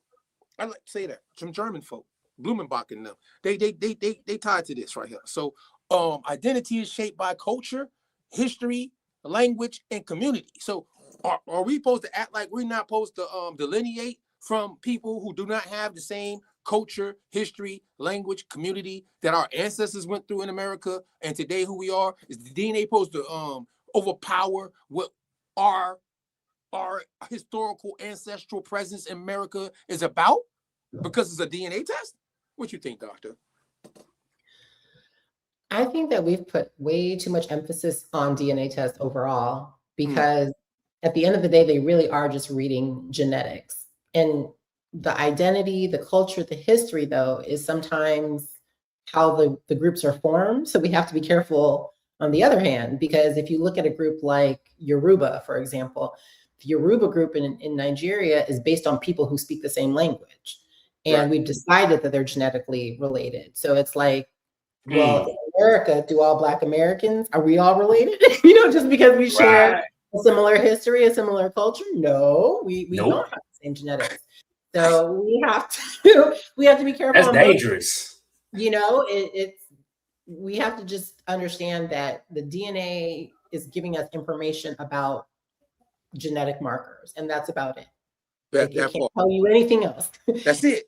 I want you to, I'm glad you said that. As a doctor dealing with how we started the ghost DNA the first time we talked to you, you just really answered plainly that a lot of this that you're studying, for a fact, and I ain't trying to, as a doctor, this is your specialty, see, because I ain't know about it. I saw you, you know what I'm saying? So I met you. I had no idea what this ghost DNA it is. It made me look at DNA a little bit differently after I had my first conversation with you. So I've been waiting to have this conversation back with you again, you know what I'm saying? And, this is what I came up with. It would be our conversation on obviously as you see now. So how is it going so far before I read this next part? What you think so far about how we started this conversation tonight? All right. I think for me, you're bringing up a lot of good questions, and I think it's going to be very interesting once we start diving into a little bit more about how this intersects with Louisiana's history, because then you'll start to see how you can't untangle your genetics and your culture and history. It's all about labels and who's giving you the label, and that's based on who owns the land at the time. That part, who claim a land and engage some other folk, as we talk about, shout out to my trustee friends, trust to be able to now govern the land autonomously, but underneath a treaty situation tied to royalty at that time of colonial society. And they're not even using these labels that we're using today based off of this nation today we call United States of America, or in this constitutional term they used, because they're mostly influenced by what we say English speaking situations in the free people of color or enslaved or whatever scenarios that took place over their manifest destiny move. Ethnogenesis is a big thing I like to use with the people out there listening. I think you need to look into this, because we do, the ethnocide is something we take place in modern day time. And we got to stop participating in that and be into our ethnogenesis of today. You know what I'm saying? And that's why I think you need to autonomously pay more attention to what's going on today in our ethnogenesis as how we've been labeled by a system that we would call imperial. However, ethnogenesis explains how people and ethnic groups emerge from historical experiences and cultural development. You know what I'm saying? And that's why we're a very unique group of people today. You know what I'm saying? Because of our mixtures, population mixtures, and things that took place with our background, history, languages, etc., that we've gone through in North America. And you can't just use a DNA to make any of that up. I think that's the end of that. Is anything else on here? I think it's almost a case study. Okay, a case study. So as an unknown ancestral population may contribute DNA, while ethnogenesis explains the formation of distinct people, like the Gullah. The Gullah Geechee is not one or the other. It's a mixture. It's the population mixture. It's the region. It's the culture. It's what they call the Creole language. That, you know what I mean? And how that even varies because of where they're located at. That is why the case study only can trace one thing, and you're not going to tell me that it's not tracing both.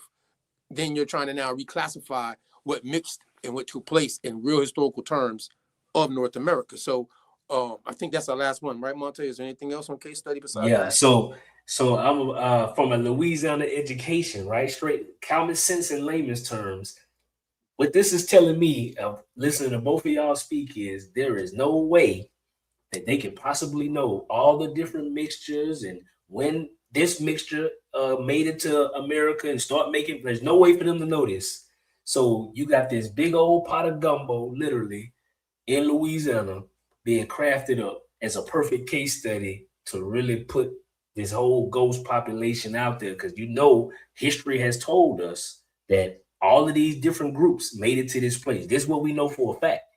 All right. So that means this should be a great place for you to get samples for these people and just figure it all out. Because shit, you got some of everything there, but we know that that's not possible. And bringing it back to what Max started in the beginning was that there was a lot of wealth, a lot of money, a lot of success happening in the South. Louisiana especially was one of the freest places in the United States at this time. Now think about that. If you ever been to Louisiana recently, it has never ever been described as a free place where it's just full of autonomy and nah. And it's just it's the exact opposite of how it used to be prior to being admitted to the Union. That's pretty crazy to me, that to know that dynamic exists, right? So it's crazy that growing up, everybody hearing about the whole Creole, all this, you know, but never thinking, everybody thought that that meant that you would mix with white people. They weren't really connecting the fact that you didn't have to be white to be from Europe, but that's the way they're programming. It's so good. It's so strong. Because even when it comes to the DNA test, it's white people getting finessed too, who want to relate to the 13 colonies. And they don't know them as they people that they said in them colonies, but they got the test that say that make them feel good, that they from Scotland or they from wherever. You feel me? Whole time they're manipulating everybody. So now for us, it's really important that we get to this and talk about. So I want to play 2 videos from you, Doctor, and I want to open it up to you and then let you kind of take us through your train of thought, how you got to these, because we, you know, this is music to our ears, but I want to let the people hear it. I want you to break it down, and then we'll kind of go from there. That's cool with you. Sounds good. All right, I'm loading the videos now. We appreciate you, Doctor, for doing this once again. Oh, yeah, for sure.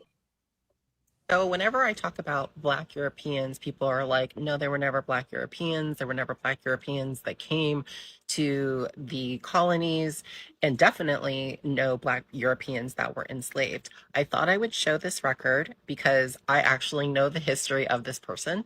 They are an ancestor of mine. But specifically, I wanted to point out the race is listed as Black, which we know wasn't a race at that time, it was a color. But if you go down to where it says explanation and origin, you'll see where it says could be African or European. Now, I want someone to tell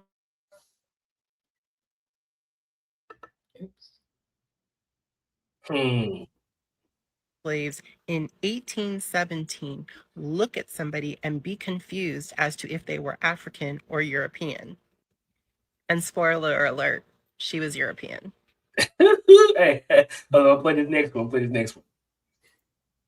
For Black Americans, the similarity to Africans only makes sense if you believe the story of the transatlantic slave trade.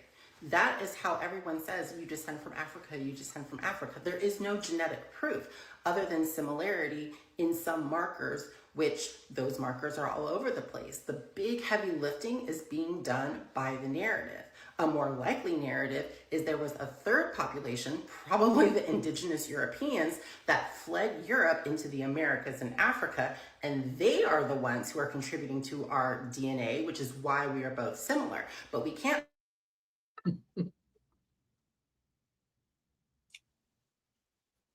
Big facts. Hey, so like I say, we've been. Oh damn! Hold on, I think I cut out. No, we here. Y'all let me know when y'all see me again. I see you right now. I see you. Okay, yeah, cut out for a second. Oh, so what you said, so we've been standing on this Black European research when it was not popular. People was very upset with us, right? But you said the key word, it is the missing link for you to be able to complete your genealogy study. So do you want the truth or do you want to feel, you know what I'm saying? Like that's really what it is. So explain how you came upon this research and, you know, give us your thoughts on this. Okay, so about 6 months ago, I published a paper, which a lot of people have seen, where it said that African ancestry could not be more than about 9 to 10% in the Black population, based on how many Africans actually came to the United States. So then you have to wonder, okay, well, if African ancestry can only make up 9%, where does the rest of our ancestry come from? And when you look at it, you know, I hope I don't, well, I mean, I'm going to say what I'm going to say. People can feel however they want to feel about it, right? So yes, some of us do have American Indian ancestry, but the majority of our ancestry is going to come from Europeans because of how it was, how people were pairing. So you have indigenous folks here, of course, but if they become enslaved or not, they're having relations with the people who can control them, who are the European colonists. Those are the people who own them. Then you have the free people of color who most likely were European. Again, like you don't come over and have your own society and educate people's children and have money and own slaves if you aren't participating in the same society as the people who colonized us.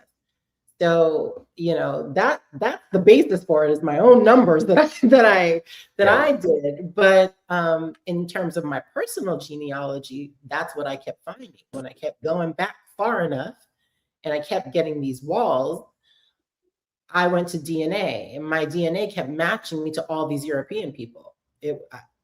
I have matches all over Russia, matches over the Ukraine, all over Ireland, all over Scotland. Okay, who are these people? How do I match them? Because as far as I know, I've only lived in the US. My dad's from Jamaica. So, you know, that's how I got to it. And it's the only thing that makes sense. Europe was a mess for like yes, at least 1,000 years. They had all these civil wars. They had wars consistently. Yes. All over the place. From 1290 all the way up. All kind of expulsions, all kind of everything. So much proof, overwhelming amount of proof, bro. It's insane. So you had all these people who think about, and I think about it again, common sense. What is happening in our world today when people have wars? What is happening when people are in, political instability? Those people leave, those people move, those people migrate. So you have that. Then you have enslavement, you have people being sold. All of these things. Okay, so we know there was a mass exodus of people from Europe for long periods of time. Okay, so then you put that with the ancient DNA. This is the part they don't want to tell you either. All of the ancient DNA samples are of melanated people. There's like very few samples that actually have the mutations that result in pale skin. So almost all of the ancient European samples are also melanated people. So you start putting that together, the ancient and Brits. you think, okay, the melanated people are fleeing. What's closest to Europe? 8 minutes away, like Africa, right? Africa, right there. Africa. We know enslavement. If you go, even Slave Voyages acknowledges that the first slaves that were coming to the Americas on ships were from Europe. So those people are coming over. Okay, so what makes more sense? What makes more sense? There were very few Africans that were actually sent here. If you look at the historical record, what makes more sense is that we're similar to them because Europeans went to both places. Ooh, and ooh. What you just said just now, see? Ghost dance, BSB. Ooh, shimmy, y'all. You know what I'm talking about? Hey, I seen that in the chat too. I was looking at that while this a perfect alley-oop for us. So the timeline, this easy work. Okay, hey, so let's give it to them. Like we can walk that down go back and watch what we've already put out on the timeline, and we've covered this. So it's not like easy work. If you think that we are saying this as if it's something new, you just new to us. You know what I'm saying? We've had guests and people that authored books with historical records and everything, or timelines, manifests, etc. Go back and just watch. Shout out to Lee Cummins. Everything we've asked him questions about with his book series that he put out, 7 books worth of stuff that he put out with information that made us go trace what he put out. Like how Dr. Last time we saw her told us about ghost DNA. You know what I'm saying? We go research when we learn some shit new, by the way, over at the party. We go check it out. You know what I'm saying? We gonna go dig it up ourselves, and we try our best. You see what I'm saying? We ain't gonna say that I'm not a doctor. You know what I'm talking about? You know what I'm saying? But at the same time, you know what I mean? This is the party. So that's how I look at it. You know what I'm saying? We keep it autonomous. We gonna tell you the truth. And at this point, you know what I mean? I agree with the DNA part. Yeah, the DNA thing is. But we need to clear up what we're saying. We're not like that's why it's important for you to be here. We're not telling you to go get no DNA test to tell who you are. We have an expert who has went through to tell you what you can and cannot glean from that, because it is stuff that you can learn and use, but it's not to prove your nationality. Go ahead, Doc. No, and I think I just want to clarify when I'm talking about this part about Europeans, I'm not talking about modern DNA testing. I'm speaking about ancient DNA remains. That's all public knowledge. So it's listed. What you can go pull up any study and find out what the genotypes are, or basically what the markers are that they're finding in these ancient remains. Now you're going to have to dig because they don't want you to know. But some studies have most of Europe as up to 50% melanated just 1,000 years ago. That's not that long ago when you think about human evolution. 50% of the continent still melanated, still dark complected. So, we think about it. I'm not just speaking about it in terms of a DNA test. I'm speaking about it in terms of a biological reality. The mutations that cause pale skin, the mutations that cause pale eyes or lead to these things were not as widespread as we are led to believe. Okay. Y'all heard that? Chat? I'm talking about. Yeah, I hope they heard that. And in honor of Lee Cummins, you brought him up earlier. So he say by the timeline, I'm gonna just say this, I'm gonna leave it alone. Observations of mankind. We hit this a lot of times. This is in the very way past when you talking about the 1700s, right? So which leads me to add one remark that the number of purely white people in the world is proportionally very small. This is the 1700s, bro. So you can argue with Benjamin Franklin if you want to, but There you go for your timeline.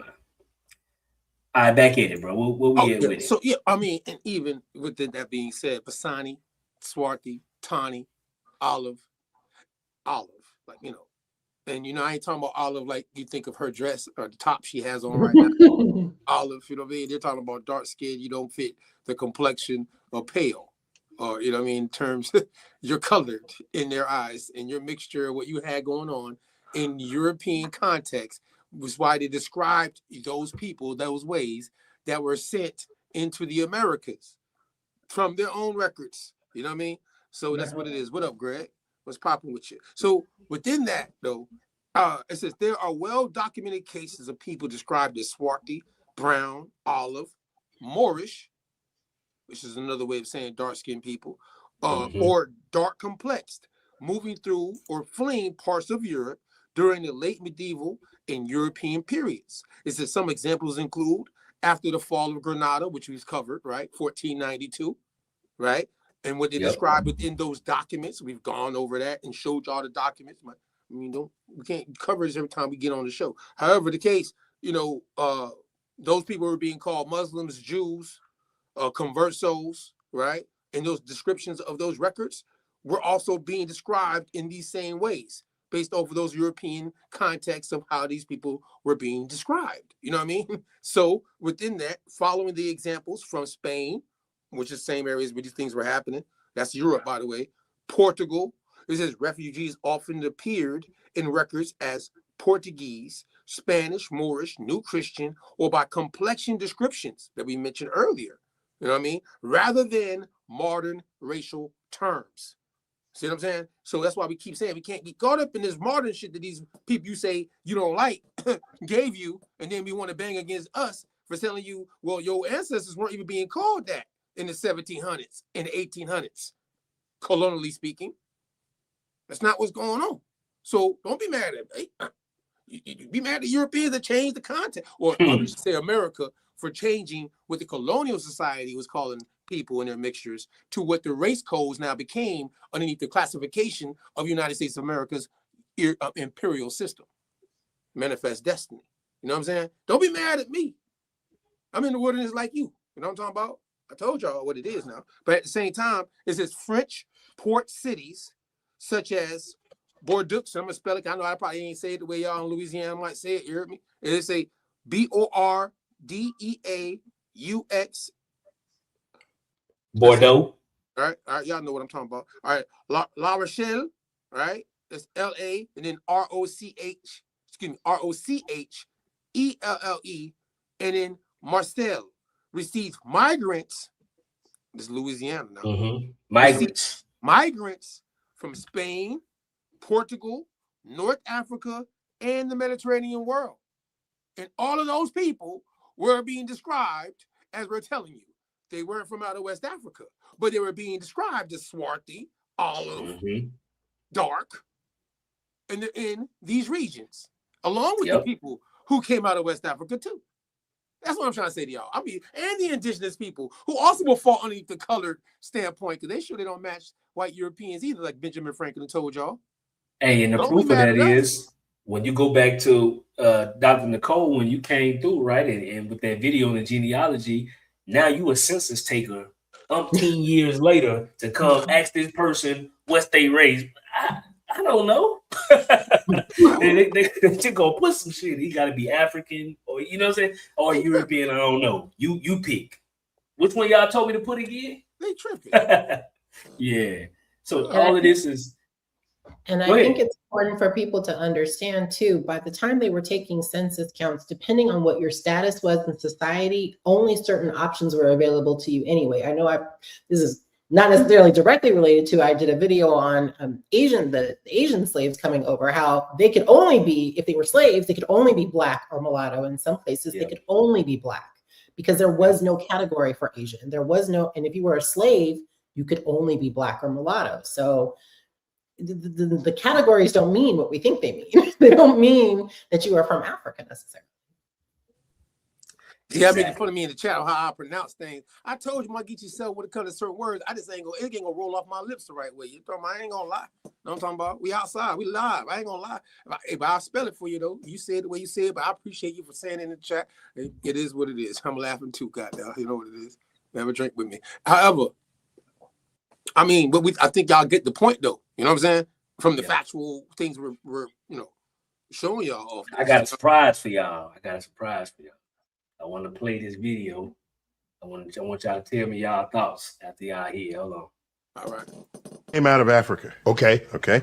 We all originated. Yes. So so basically every human form, humans, origin is in Africa. There is no dispute about that at all. None, zero. At all. So now, let me lead into that by saying, we surely know people. You say Americans, and you say, oh, they'll say, well, what are you? That's well, I'm Italian. Well, where are you born? America. Where are your parents born? Brooklyn.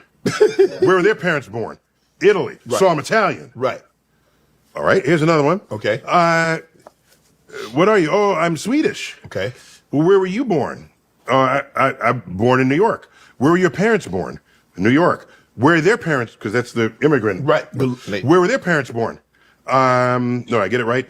So what comes through? Where are their parents born? Minnesota. Okay. Where are their parents born? Minnesota. Where are their parents born? Sweden. So I'm Swedish. Right.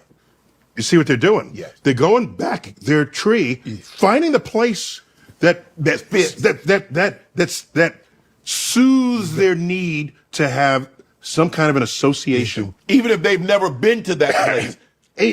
And they stop there. Okay? Okay.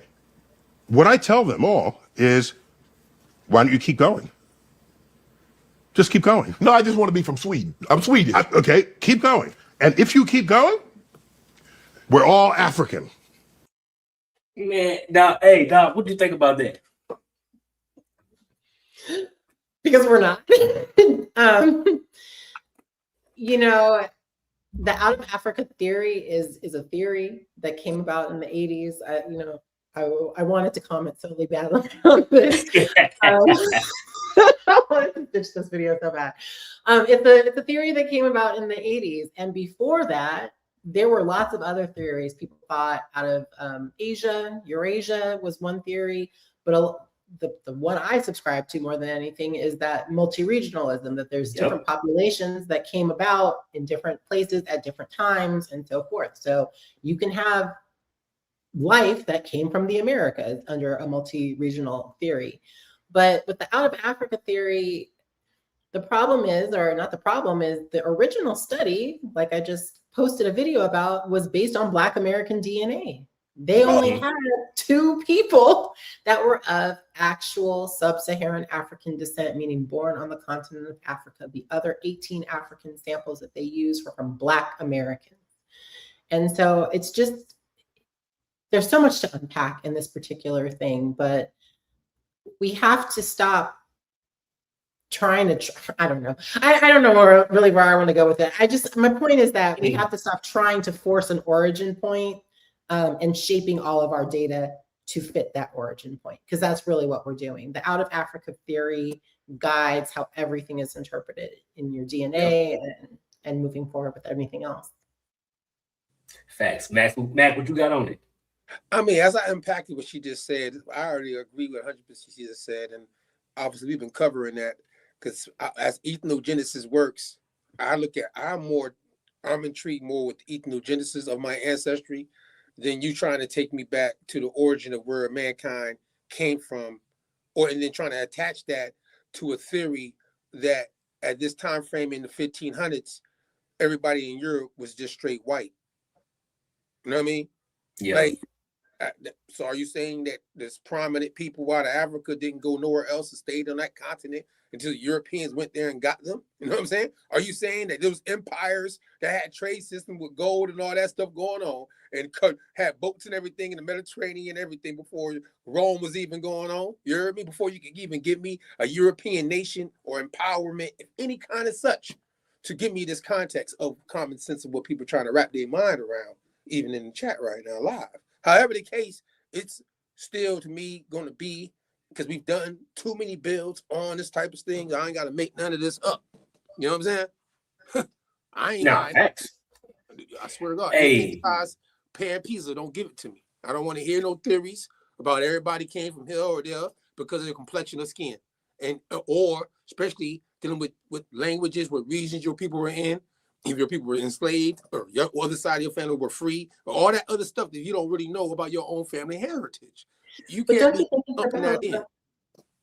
I was going to ask you a question. Don't you think it's about proximity to power? In that right now, if you look a certain way, which is pale skin, you have this cultural power around the world. So the identity, the need to identify to this Europe, and then the need for it to look a certain way, it's all circular. It's because, you know, all that circular, when you look at the fact that they try to tell you that, I mean, today we know there's black people. I know people personally who have children, they look like me, as they would say, dark skin, very dark, right? And they might be with a white girl, as they would call it today, or a Spanish woman, right? Who definitely we know are not classified as us in today's context, right?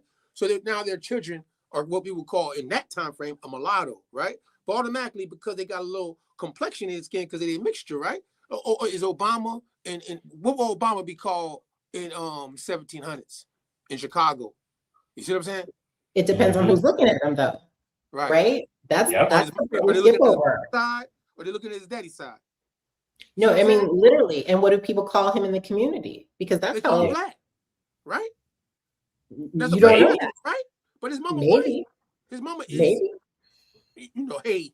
In 2026 or today's America, you know, we claim anybody. If you make it to fame and you that and you look and you complex, and you complex, oh, you black, you dark complex, dog. Come on in. That's a nigga. Come on in. Excuse my French.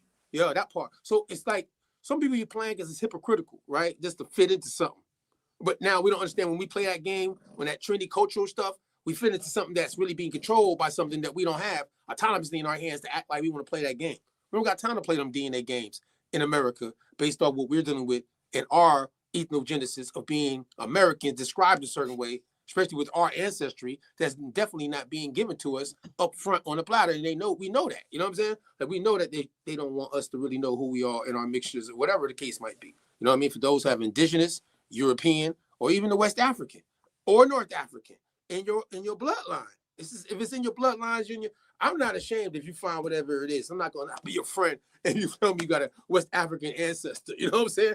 In America today, and we went to the same elementary school or some shit like that. That's crazy. Right. Like, what are we talking about? You jumped on the same bus as me. I don't give a damn about all that. We here in America. We went through this in the last 30 years together. I think I'm worried about you telling me that you found out you got some people out of this area, bro. We here, ain't it?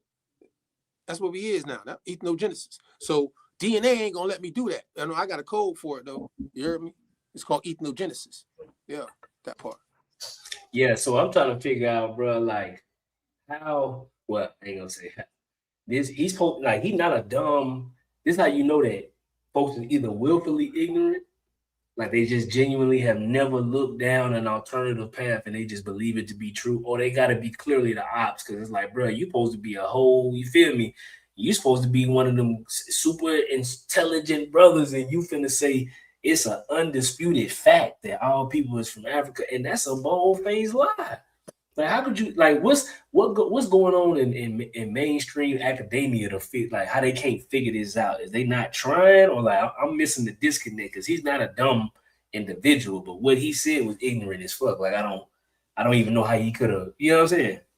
I mean, again, see, today we know people following cultural trends in America that fall black. It's our popular system of the day. So, you know, your grandparents or your great-grandparents, for those who might go back that far at least, you know what I mean, know that they just in that time frame before segregation ended, we weren't doing all these things we see happening just a couple generations later now, right? I mean, like this, we weren't even in the digital age, most of us in my age group, you know what I mean? I predate the internet, you know what I'm saying? Like, so like my ancestry predates the United States of America being a nation and being in North America, being classified as colored. You know what I mean? So really, we got to be very careful when you start talking about ancient stuff. You don't even know what your people were doing prior to 1776 in North America. Like you can't get back prior to a nation being formed that reclassified you, but you want to go back to an origin story of millions of years ago, or even 1,000 years ago, whatever you want to do. And you weren't about saying, which is inferior, by the way, it's not autonomous, to be going with a narrative that them people, as you would say, as we say, Caucasian, white, Europeans, had this full just spectrum of power to go into Northwest Africa regions and grab millions of people and populate a land with them as the minority, as Benjamin Franklin said, going to 1752. Common sense say no way. And you think it's all about race. See, our people thought of so much race theory because of DNA. Because when I hear people most talk about DNA, when they debate's all about DNA matching a race theory. You know what I'm saying? Mm-hmm. And I'm like, bro, wait, hold on. So you think your ancestors were going off race before race theory went about? Like, you don't think they were loyal to their nation or their tribal situations prior to what they were? Do you think they were? Y'all be gangbanging in the hoods? Are we playing stupid?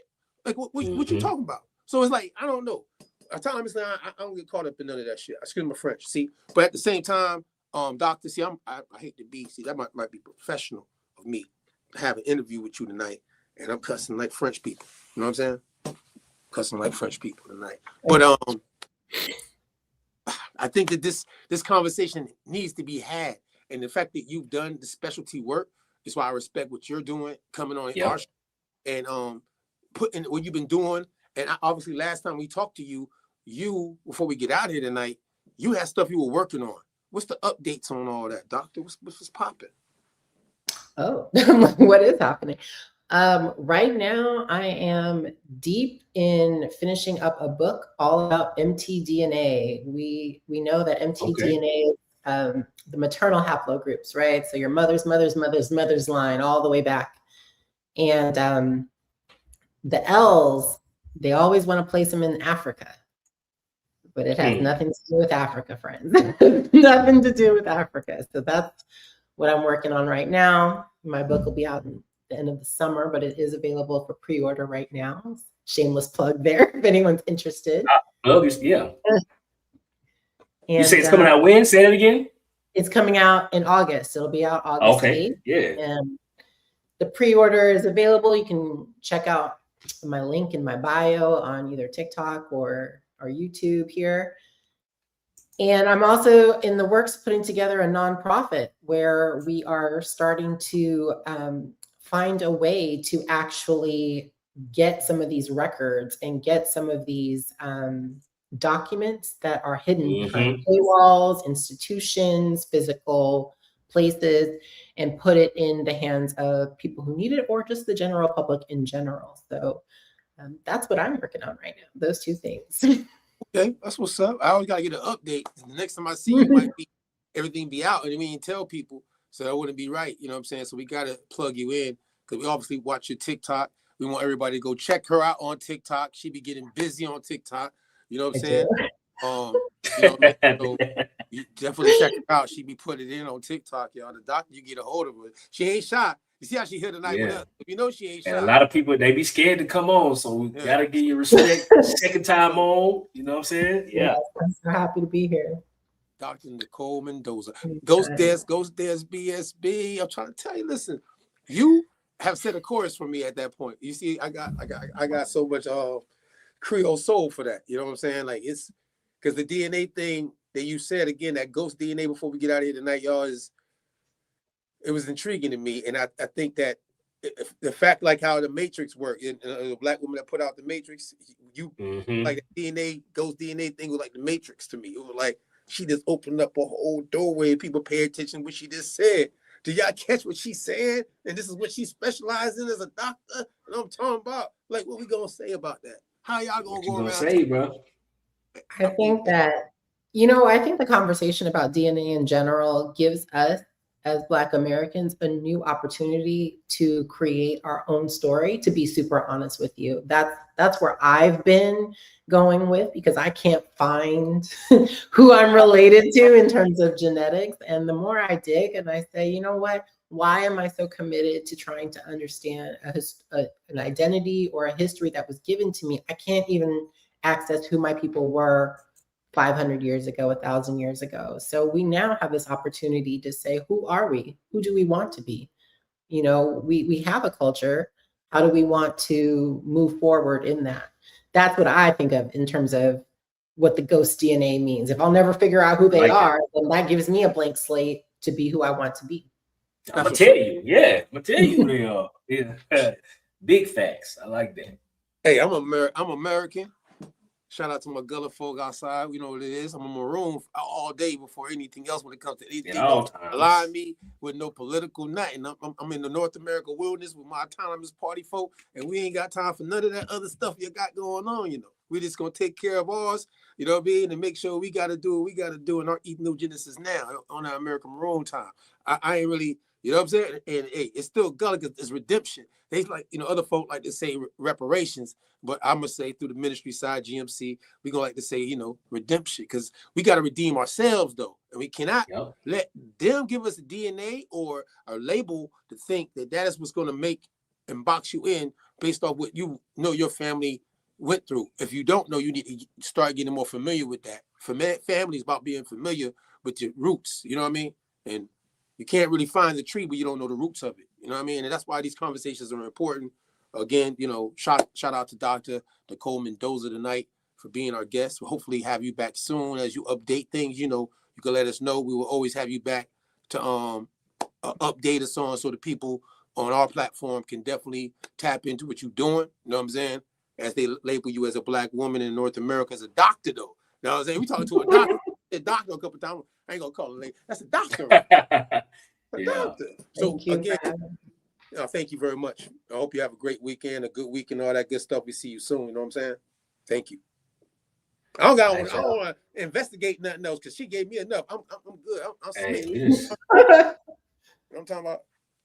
Yeah. All right. Well, if nothing else, then we're gonna go and shut it down. Appreciate everybody for pulling up the Sunday service. Until next time, y'all know what it is. Thank you, Doctor. Right. Thank you for having me. Peace. Peace. Parish line. Parish line.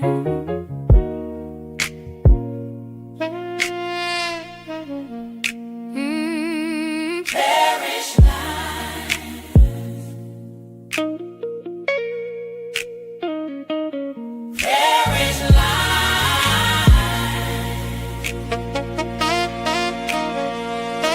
This place got pain in the walls, old names walking the halls. Some had land, whole lot of pride. Some lived free in plain sight. Then came laws with colder eyes, pressed our lives inside their lines. I heard silence at the table. I saw grief behind the smile. The story ain't simple. They want it gone. Something was stolen, but the truth lived on. There's blood in the bayou, pain in the pines, freedom they bury under parish lines. We were more than sorrow, more than chains and time.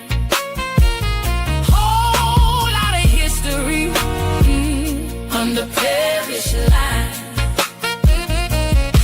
New flags came with a sharp tongue, made a whole people into one. Took the names, changed the signs, pressed our truth inside daylight.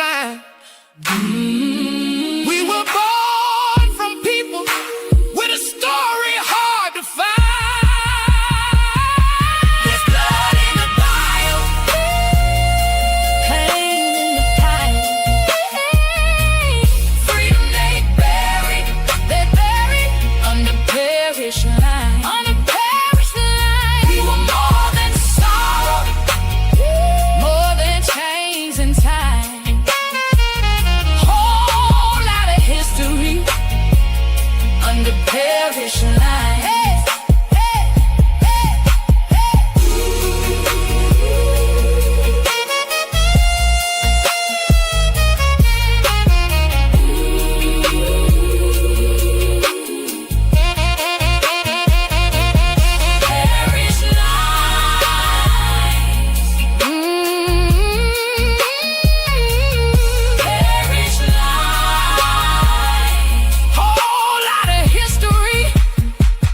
On the parish lines.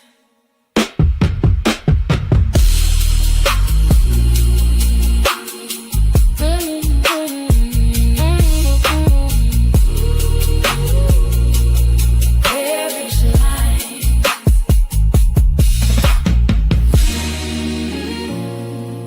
Parish lines. Whole lot of history on the parish lines.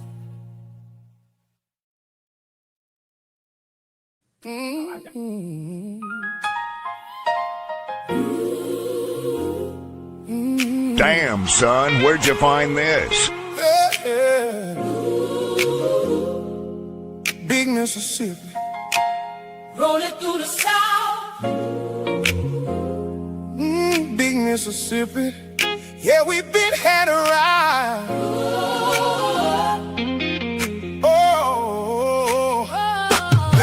We wasn't broke, we was sitting by the float. Bank full of food, boats moving slow. Play on the ground, trade on the line. Whole river working for they called it mine. Mountains stood high like a skyline. Creeks ran deep like a lifeline. Don't talk down on where we from. This ain't just dirt, this kingdom come. They ain't crossed that water for nothing. They ain't draw the maps for free. They saw power in the current. Then tried to hide the receipt. Big Mississippi. Money in the mud. Boats on the bend. Blessings in the flood. In my crooked letter. Rolling through the South. They came for the route, not to help us out. We had a trade. We had the grain. Big Mississippi. Big Mississippi. Yeah. Put respect on the name. Hey, river had motion. Everybody tapped in. Village to village. Bend to bend. Corn in the basket. Fish in the smoke. Canoe on the water. Deal already spoke. Choctaw had weight. Chicken sauce stood strong. Natchez in the middle. Tunica moved along. This was no accident. This was design. They wanted the system, then they changed the sign. They ain't crossed that water for nothing. They ain't draw the maps for free. They saw power in the courage. They tried to hide the receipt. Big Mississippi. Money in the mud. Boats on the bend. Blessings in the flood. M.I. crooked letter. Rolling through the South. They came for the route, not to help us out. We had a trade. We had the grain. Big Mississippi. Big Mississippi. Yeah. Put respect on the name. Big river don't fold. That current got sold. Yeah.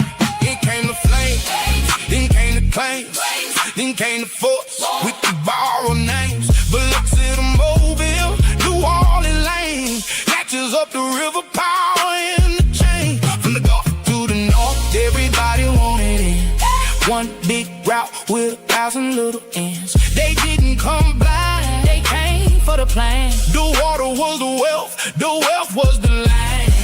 When they say we came from lack, tell them run that story back. Look at the river, look at the road, look how the money flows. We ain't begging for a seat, we been standing on the floor. In Mississippi in our blood, we've been more than what they call. Money in the mud. Boats on the bend. Blessings in the flood. M.I. Crooked letter.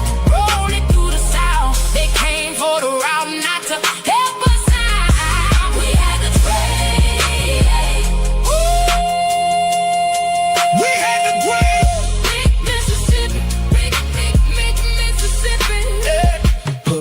respect on the name. Roll on, roll on, roll on. We've been home. Roll on, roll on, whoa. Put respect on the name. Roll on, roll on. Big Mississippi. We've been home.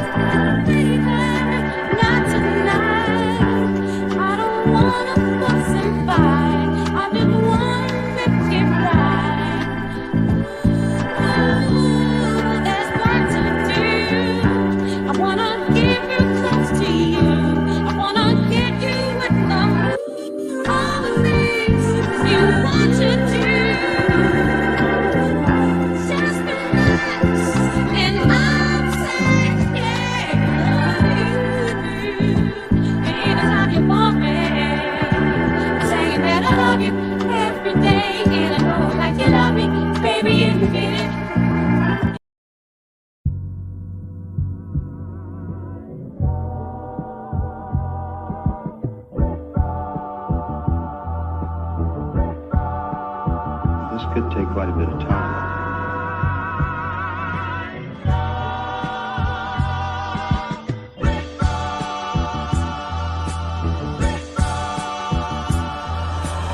Pardon my autonomy. I know one day they'll honor me. This ain't pertaining to 28 Deuteronomy. Self-determination, controlling our situation.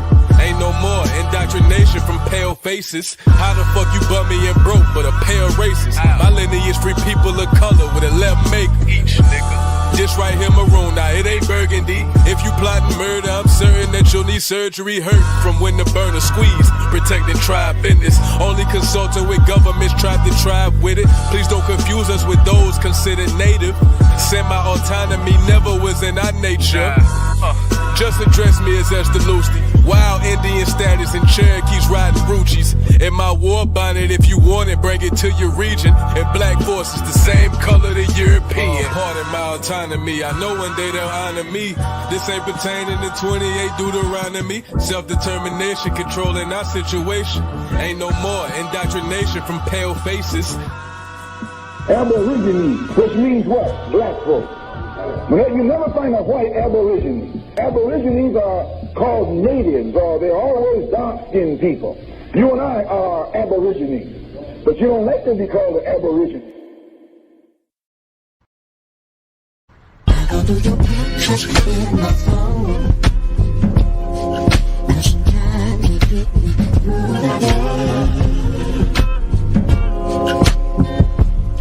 Whenever I start to feel alone, I just play your voice loud.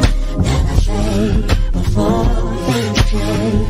Now, I read the message you sent, trying to tune out when you said, I know you love me, but you should just forget about us.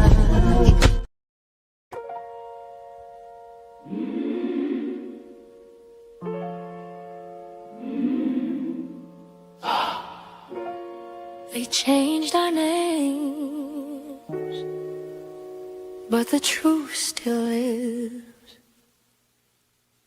Some say we came from far away. Some say we've always been right here. Two stories at the same doorway, both chasing what our hearts hold dear. Old maps, new maps, who's to say? We just want the truth that they erase. Two roads, one people, still searching for the name they stole. Baby, baby, two roads, one people, still walking back to what we know. Oh, we rise together, no matter which path we chose. No, no, no, two roads, one people, still coming home, still coming home. Some want unity to heal the pain.